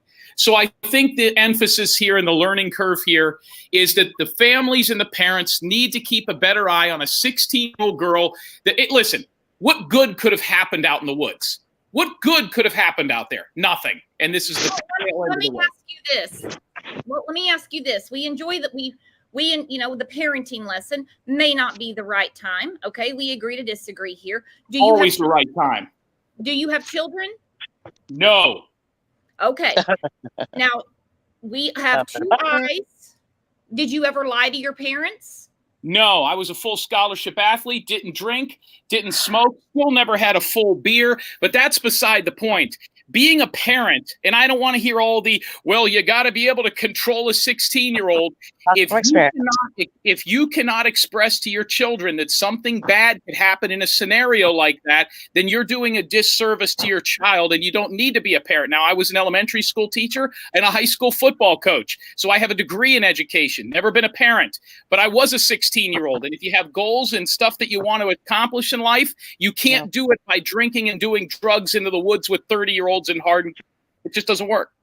Now, I get this. We all understand this. And Good. I'm not being disrespectful to a panelist. It's starting to sound like an ABC after school special, like from when I was.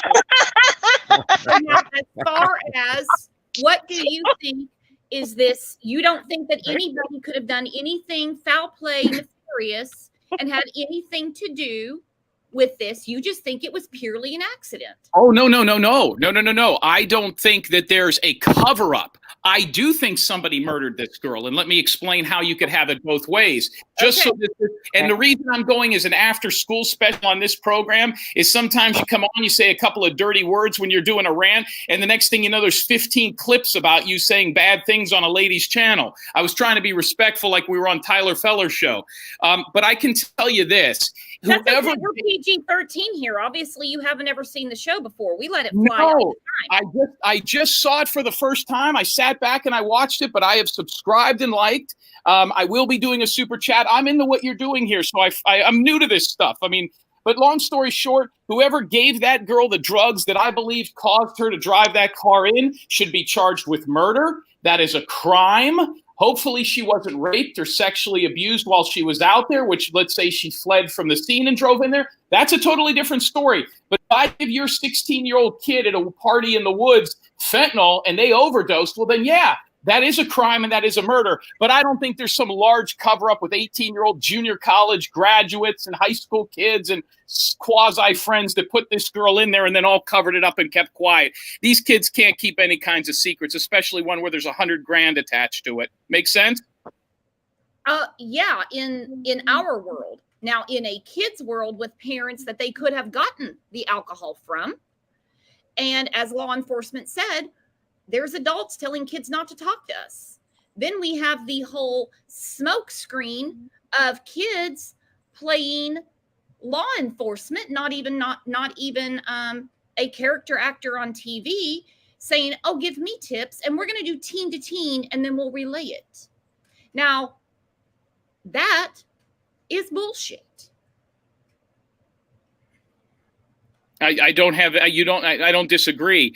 I can't tell you as a private investigator, and certain private investigators, let me give you and I'm sure you know this, but just so people understand, if a cop asks a 17 or 16-year-old student questions, they could say lawyer, or the parents could request for the kid not to be questioned unless they're in their presence, right? Private, and then the cop can't ask the second question. A private investigator can continue to ask questions. So if somebody says lawyer to me, I just ask the next question. That doesn't mean anything in my world. That's one of the difference between PIs and cops. These kids can be extremely manipulative. They're a little bit more savvy than they were, let's say, 10 to 15 years ago. But I can tell you that I just don't think there's a mass group. And my advice, by the way, to any parent out there coming from a private investigator, because from what I understand, none of you are PIs or former law enforcement, I could have that wrong, is you never talk to the cops.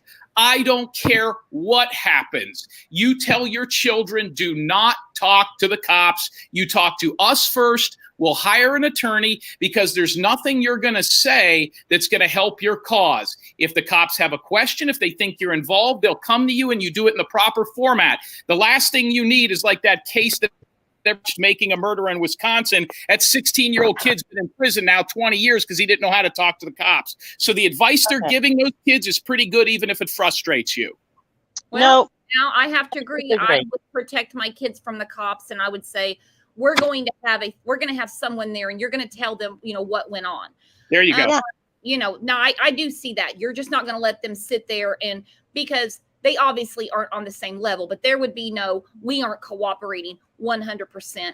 We do have a comment here. They were threatened by the mafia. Anybody want to say anything about that? Lord. Good Lord. You ever been to Tahoe? No.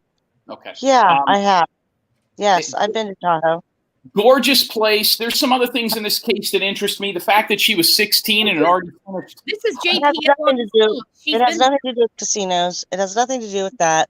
I'll tell you what it has to do with.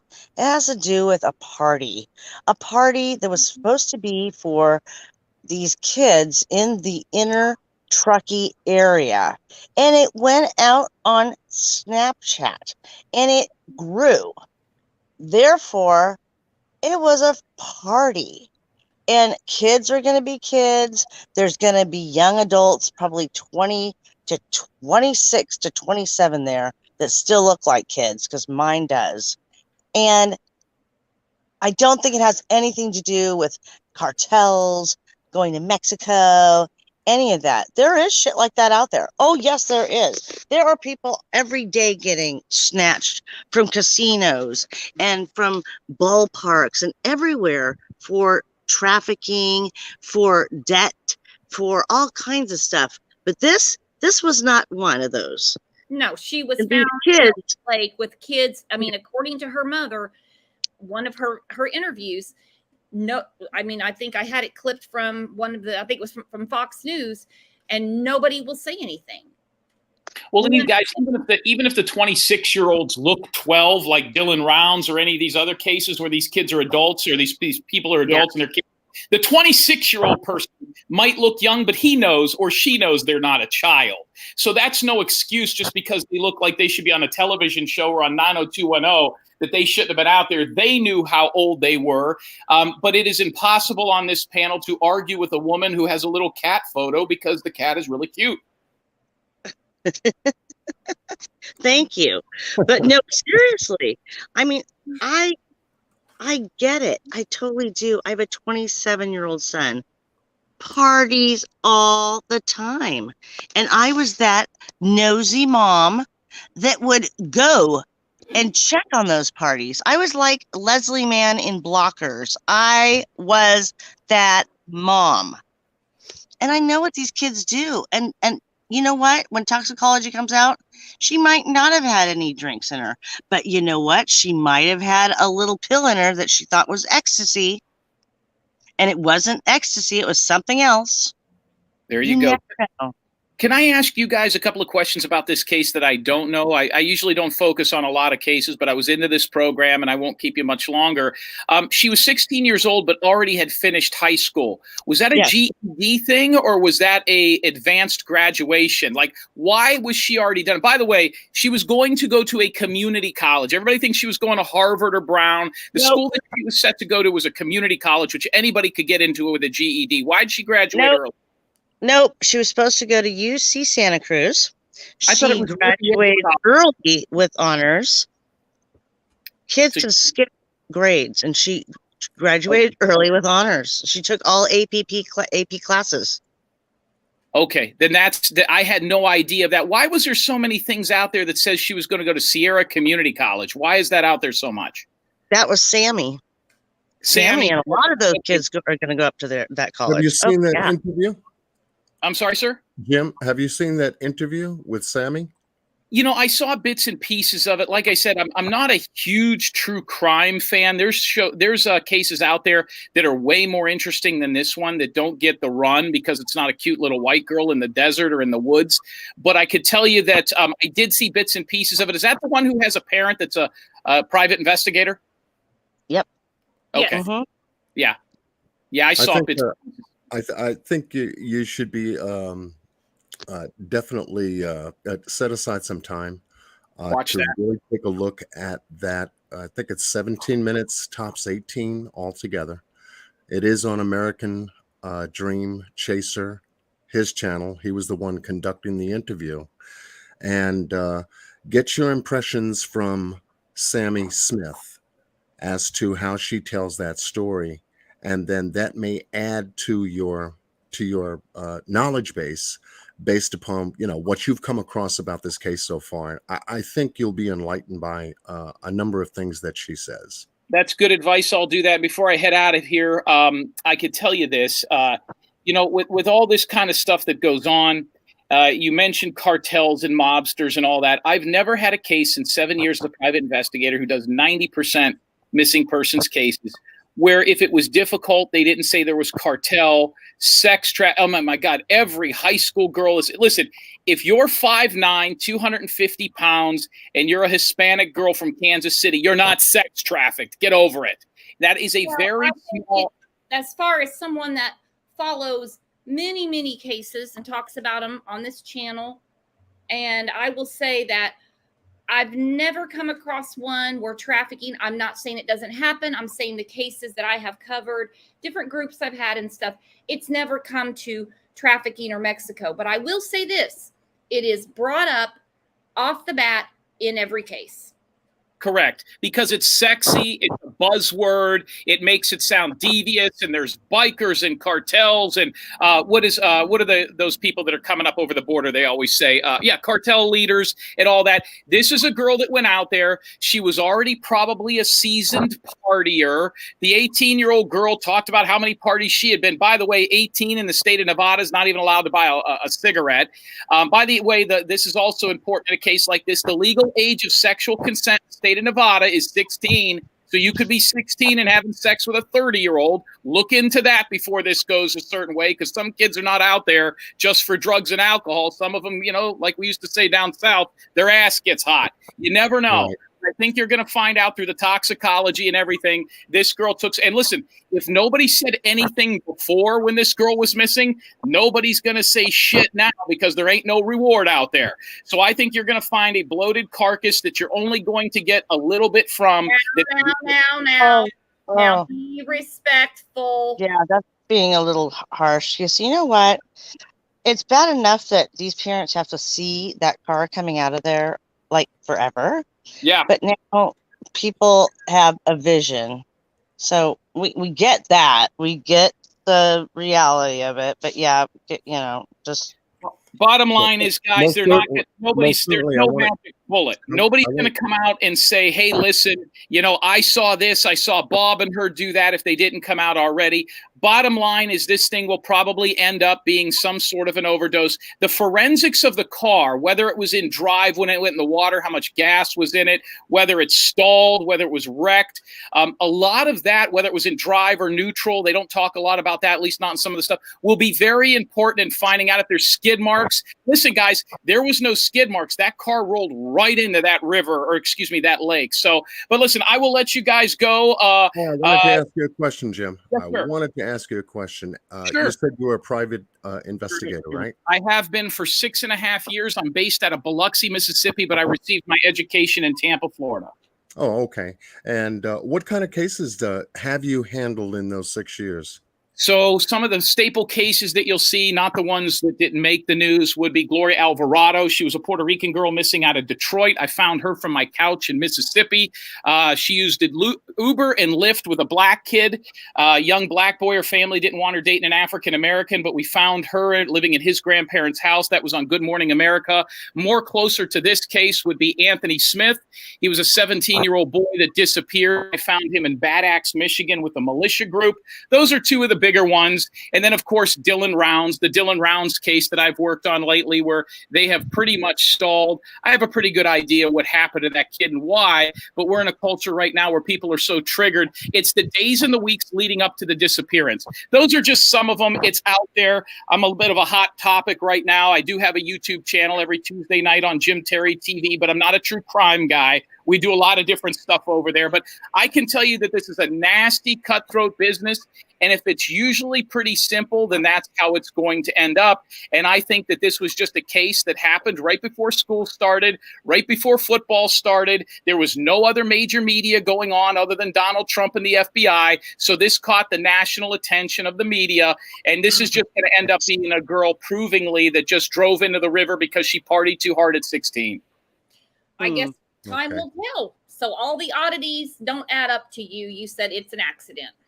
and not an accident. If somebody gave that girl meth or drugs that she overdosed, then that's murder. You could be charged with that. What I'm saying is I don't think there's a massive cover-up. I think she partied too hard. It would be like the same high school kids that we knew that came to a party. Everybody was having a good time. The parents said, and we all know these type of parents, hey, if the kids are going to drink, I'd rather them do it at my house. That's stupid. That's dumb, because now you're liable. The parents buys him beer. Kid gets in his car. He goes home. He hits a pole. Well, then that parent that bought that liquor for the underage kid should be liable. You're going to see that here. The bottom line is, guys, don't let kids do this kind of stuff. If she was that intelligent, something else was going on here, and it's a tragedy, but you can learn from this. So, hey, pool man that looks like The Rock, cat lady, and the host, guys, I appreciate it. Jim Terry TV every Tuesday night. See ya. Bye, Jim. God bless. Take care, Jim. All right, that was interesting. No, All right, the everybody, door hit ya. we agree to disagree on here. Let's my God. see. Mrs. Italy D, she was disconnected for a little bit, then she dropped out for a minute, then came back. Now here she is. What is happening? You are beautiful. Hello, Mrs. Italy D. Well, thank you. Hello to everyone. Yes, And my hello. brother from Hey, Sabrina. J4K, Mr. John Q. Oh, Hello. hello. How are you? Hey, I'm doing good. Better be Well, good we've if I kind of feel like I need a surpassed. nap after Jim Terry. Definitely. I need an We have Alka-Seltzer. surpassed. I swear to God. I swear. And Pepto-Bismol all at the same time. Oh my goodness. Yes. My dog actually is sick. He has kennel cough and he's had bloody diarrhea. So we have plenty of Pepto-Bismol and Imodium here. All right. Well, you guys passed what I was talking about when we were looking at the beach, and until I saw the beach, this had popped in my mind at one point, and then it just went out because I was like, I thought they were doing it by the trees, and I was thinking, no, they couldn't do it by the trees. But with there being so many tire tracks down there, ATVs, Jeeps, whatever it may be, could they possibly have been drag racing? If you come down the beach, I think maybe another car. I don't see her drag racing, but I can Right. see maybe another car was behind her. Like an actual, like there was another type of accident. You know what I mean? I'm sorry, I didn't mean to cut you off. Go ahead. Oh no, that's fine. Because her car was all the way down at the end, like towards the end of the stretch. So it made me wonder if, even though her car is not a drag racing car, maybe they were drag racing and, being drunk, being a girl, trying to be cute. Maybe she floored it. The dent on the side of her car, maybe someone hit her, and that's what threw her into the water. Or she didn't even have to be driving. Someone else could have been driving the car, and they were able to exit the vehicle, and she was stuck in it. But, do you think they could have been doing donuts and stuff like that? Well, I just want someone else's opinion on that. I've considered maybe a 2-car accident. We didn't see the back of the car. There was a blue tarp over it. It wouldn't surprise me. Another kid being careless. Who'd have thunk it? You know what I mean? As far as drag racing and all that stuff, I just don't see Kiely. I don't know Kiely. I don't know her. I just don't see that being part of the scenario. But I see where you're going. Yeah, it just, and once I saw the layout, to think that she was up, supposedly the party was up where the trees are at. Sammy says they parked right up this narrow road. The cars were all parked up there and pointed towards the trees. But let's just say some of the guys did make their way down there to do donuts, to race, to do whatever. I just don't see her, if she was intoxicated, even if she wasn't, with how dark it was, to make it down that road all the way down there to the beach without flying off the edge of that hill and going down, and her car would have hit the ground before it went in the water, which would have caused major damage, I would think. Well, not to mention the road itself with those big sand holes. If she's going any kind of speed at all. When JPL explained the road, not yesterday, I had yesterday off. I'm sorry, guys. I took the day off. Doc, my pet. Me too. The day, yeah, You Jason deserved it. and I, we were off. But Tuesday's show, and when she started talking about the potholes on the road, the one that Kiely would have had to have taken, I was like, oh, well, now. Couldn't have been going very fast. So what I'm Not saying, at all. I'm just trying to picture it because it was not pitch black that night at all. It was not It was a full moon. yeah, it was not raining. So when she goes to turn the car, I'm just thinking, even a 16-year-old new driver, I don't believe she was that intoxicated. I'm going to disagree with Jim Terry. I just don't think that she was loaded. I don't. She might have dabbled. I don't know. I just don't believe what Sammy and Ronnie's cousins are saying. Okay? I've been proven wrong before. I'll be okay. I almost feel like Ronnie is just a made-up character. I think when she turned off the road, she would have seen water. Yes, I agree. High speed. Yep. Oh yeah. I want to go get pictures of the potholes. I threw back up that that map so that we can get a visual on what was just said. Yeah. So That's what I thought. yeah. That vehicle would have damage on the lower half, especially at high speed. If she were going any further, she would. I mean, I almost bottomed out because I was going a little bit fast, and then I had to put my brakes on, and I have those, these brakes that go, it like feels like the whole car's gonna, come apart. But, I had to turn really fast to get around those potholes and other ones. Like I had to do little S turns with my steering wheel to get away from these potholes. Right. Now, thinking about what Sammy Smith said during that interview, there were certain things that gave me the impression that she was being truthful, of them going back and forth to the car, getting drinks, sharing drinks, and things of that nature, and then her not going with Kiely, being that Kiely was supposed to be her driver, her designated driver going back home. And the only reason why she didn't go with Kiely was because of what she said about Kiely, that she was inebriated, she was turned up.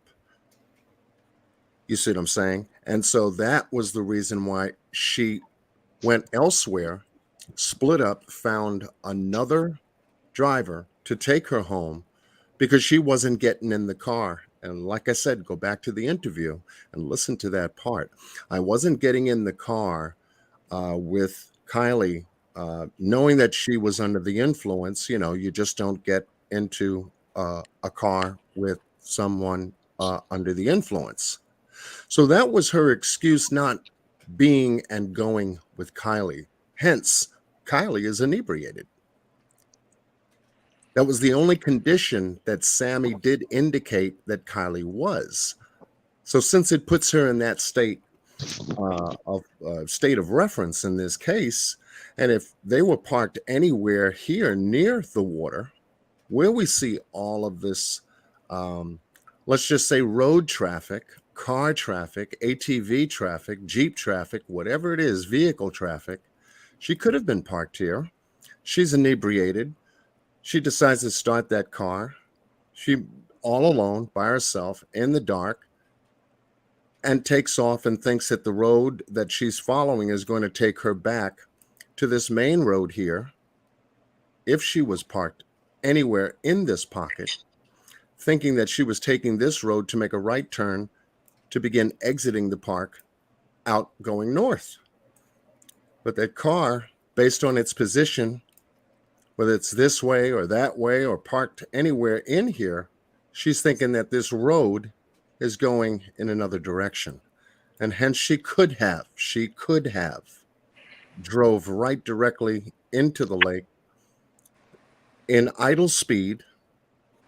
When I say idle, it could be 8 miles an hour, 10 miles an hour, 20 miles an hour. She could have gunned it by accident.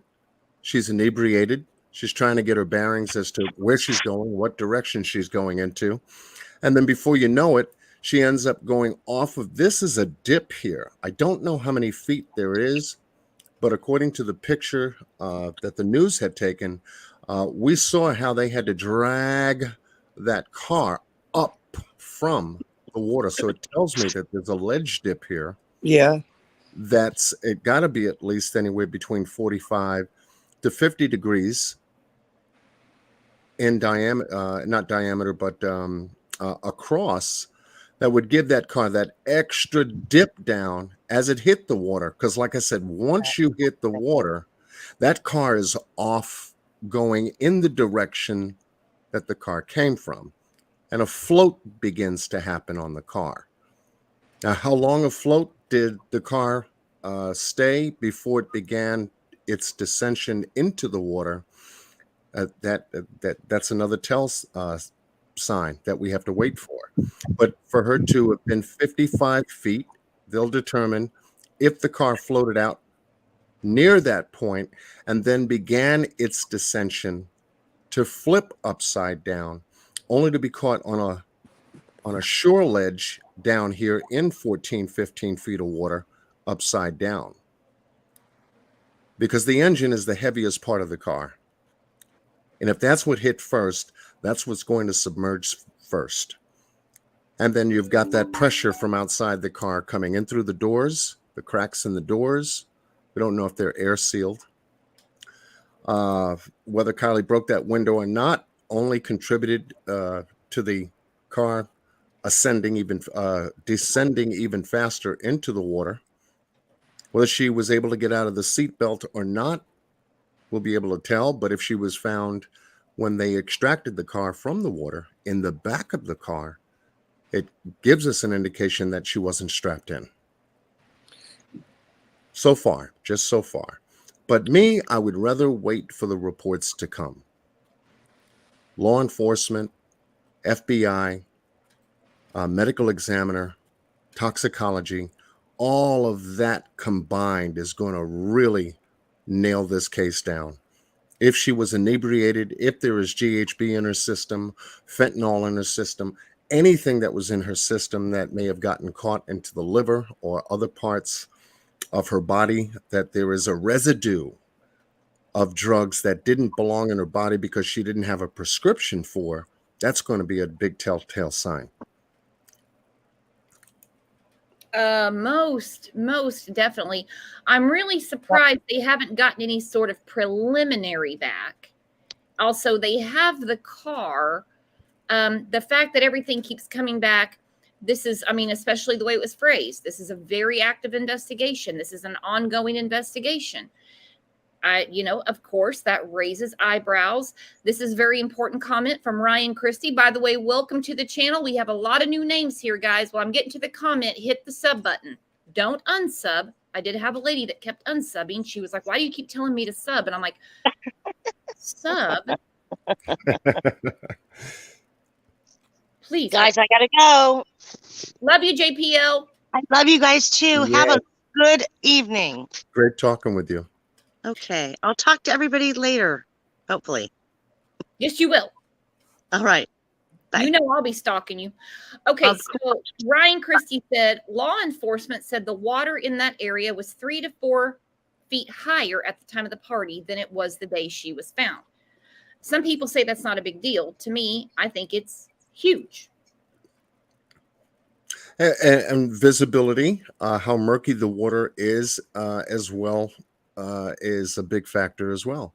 3 feet of water, either raised or lowered, can make a very big deal out of it. Yes. Absolutely. Let me see. Well, this is probably something you can answer, John. I can't. How did law enforcement know the height of the water? I'm not a water expert. I know I like to lay by it in the summertime. That's what I like. I use it to bathe. That's about all I can tell you about water. So when I'm not a water engineer. Neither am I. I go according to the press conference where the police chief, Nevada County Police, had made a statement to say that they would have to go back and debrief. It means that they don't have all the information. That's what it means to me. So when he used that several times during the presser, I said, okay, well, they're up there doing a presser, not with all of the information connected yet. And that's why he was kind of red in the face, and he had to step back and let the assistant deputy take over because, he wasn't informed yet as to where things stood, whether it be the divers that covered the water, any ground personnel that covered the ground, et cetera, helicopters, drone operators, you name it. And as you and I both know, in these cases, it becomes really frustrating because it's like, can you just give us a little hint? But Right. tell me, I would just go crazier. Yeah. And it's almost like, you can expect press conferences to go that way. They'll do a press conference. They're going to tell us what happened, whether it's the Buffalo, New York shooting or the Uvalde, Texas shooting or the shooting that happened in Chicago. They always do these press conferences, go up there and says, well, we can't comment on that because it's an open investigation. Thank you. Next. We can't comment on that because it's an open investigation. Next. We can't comment. No comment. Okay. So what the hell did you get up there to do? But I will say this, you're exactly right. It is frustrating. When they look at each other before answering, I always know there's something in that question. Every time when they asked about what gear the car was in, there was a pause, there was a look over the shoulder, a back, and then it was, we're not releasing any information about the car. And I'm like, oh, you didn't just do that. I missed in the press conference. Several people commented after the show and they were like, no, they gave me the minute marker and everything. And I'm like, oh, we got the over the shoulder look. Yeah. It became a matter of choice words: resources, partners, open investigation, can't comment. Resources, partners, open investigation, can't comment. Our partners, our partners, our partners. And that's what I got from it, because they didn't come together yet to compile the information for everybody to be on board.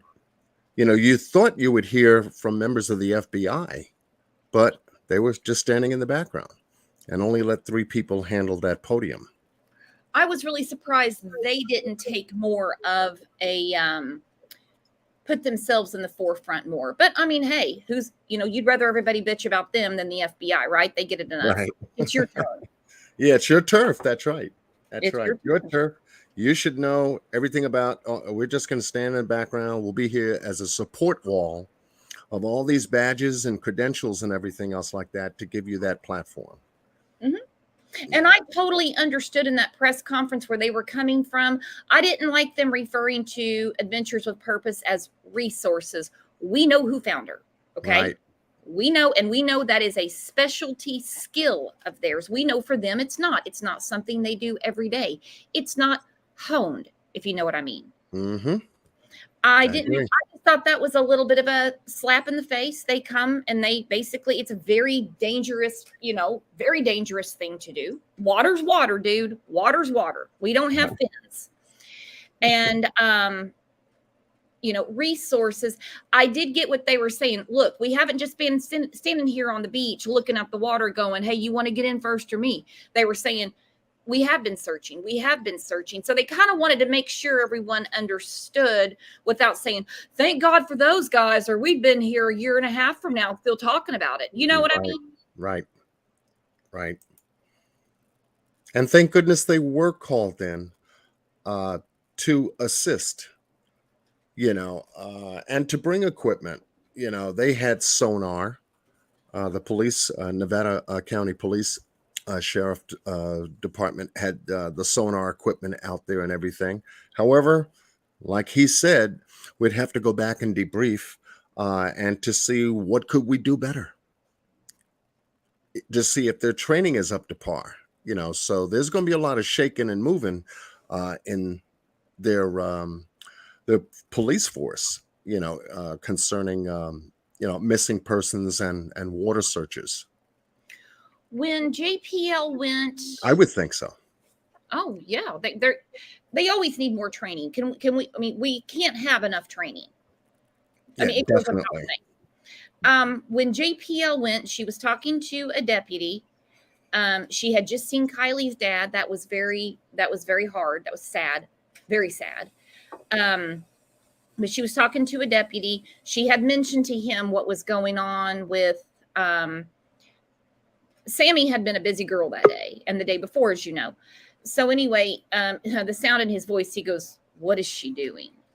And then he goes, "We'll address that in the meeting." That's when we started hearing there's only one team, that type of thing. Might have been that night, might have been another one. But anyway, JPL was definitely, this was on that Wednesday.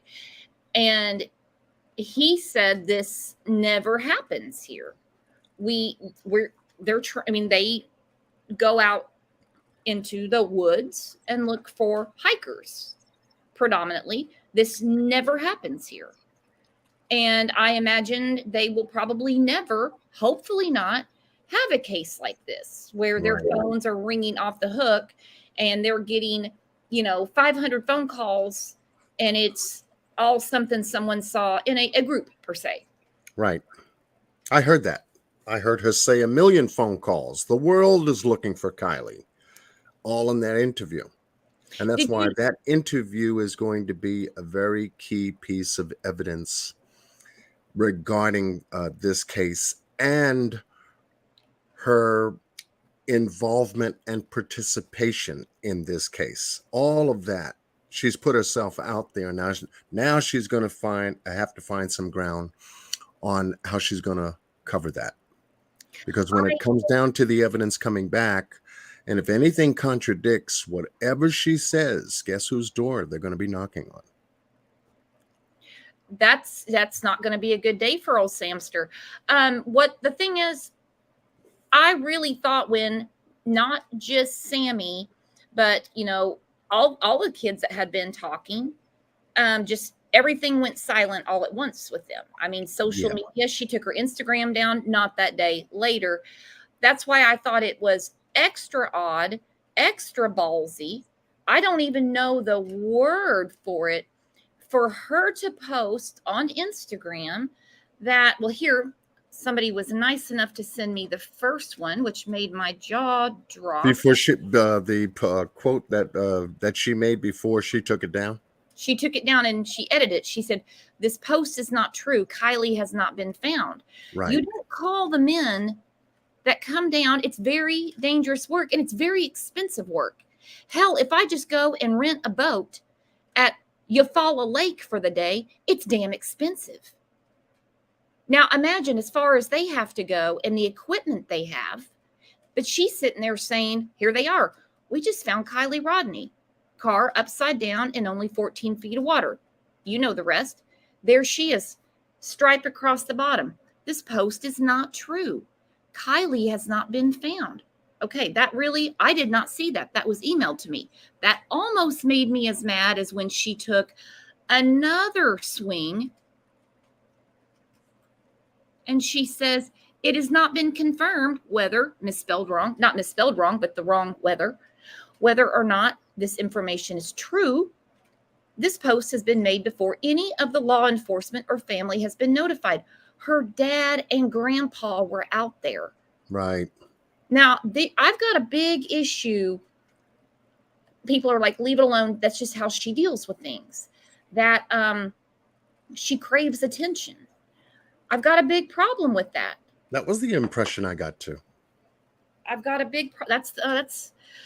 I mean, the show's not about Sammy, but it certainly is when you are calling the men that just found your friend, close friend, acquaintance, bestie, however you want to describe it.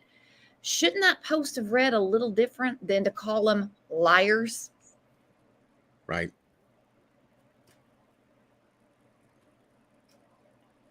Little extra hurtful to the family. Does she think that social media only works on her phone? We all had already seen their update.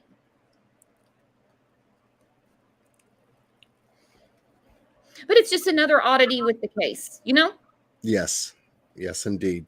But all of those oddities, posts from everyone who's made, especially the immediate group that the police do know that Kiely was with, all of that will be pulled into on the table with all the other evidence that is getting ready to come out about their findings.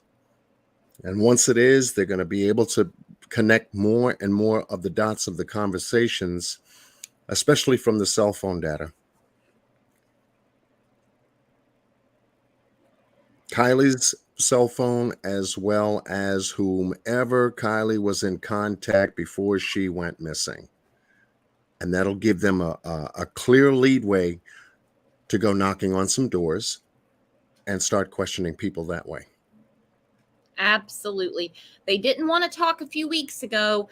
If their findings are not an accident, not really going to have a choice. Right. Miss Brooks, I have had a great time this afternoon on your panel. Always a pleasure speaking with you. Thank you for showing us the map and putting it on the screen. Thank you so much for that. Yeah, because when you have pictures like the ones you were showing and everything, if there's anything that can complement that visibility to say, where is that on, at the location? I said, well, if I can assist in throwing the map up, we can get an idea as to where that location is, how close that location is, compare that to where the car was found.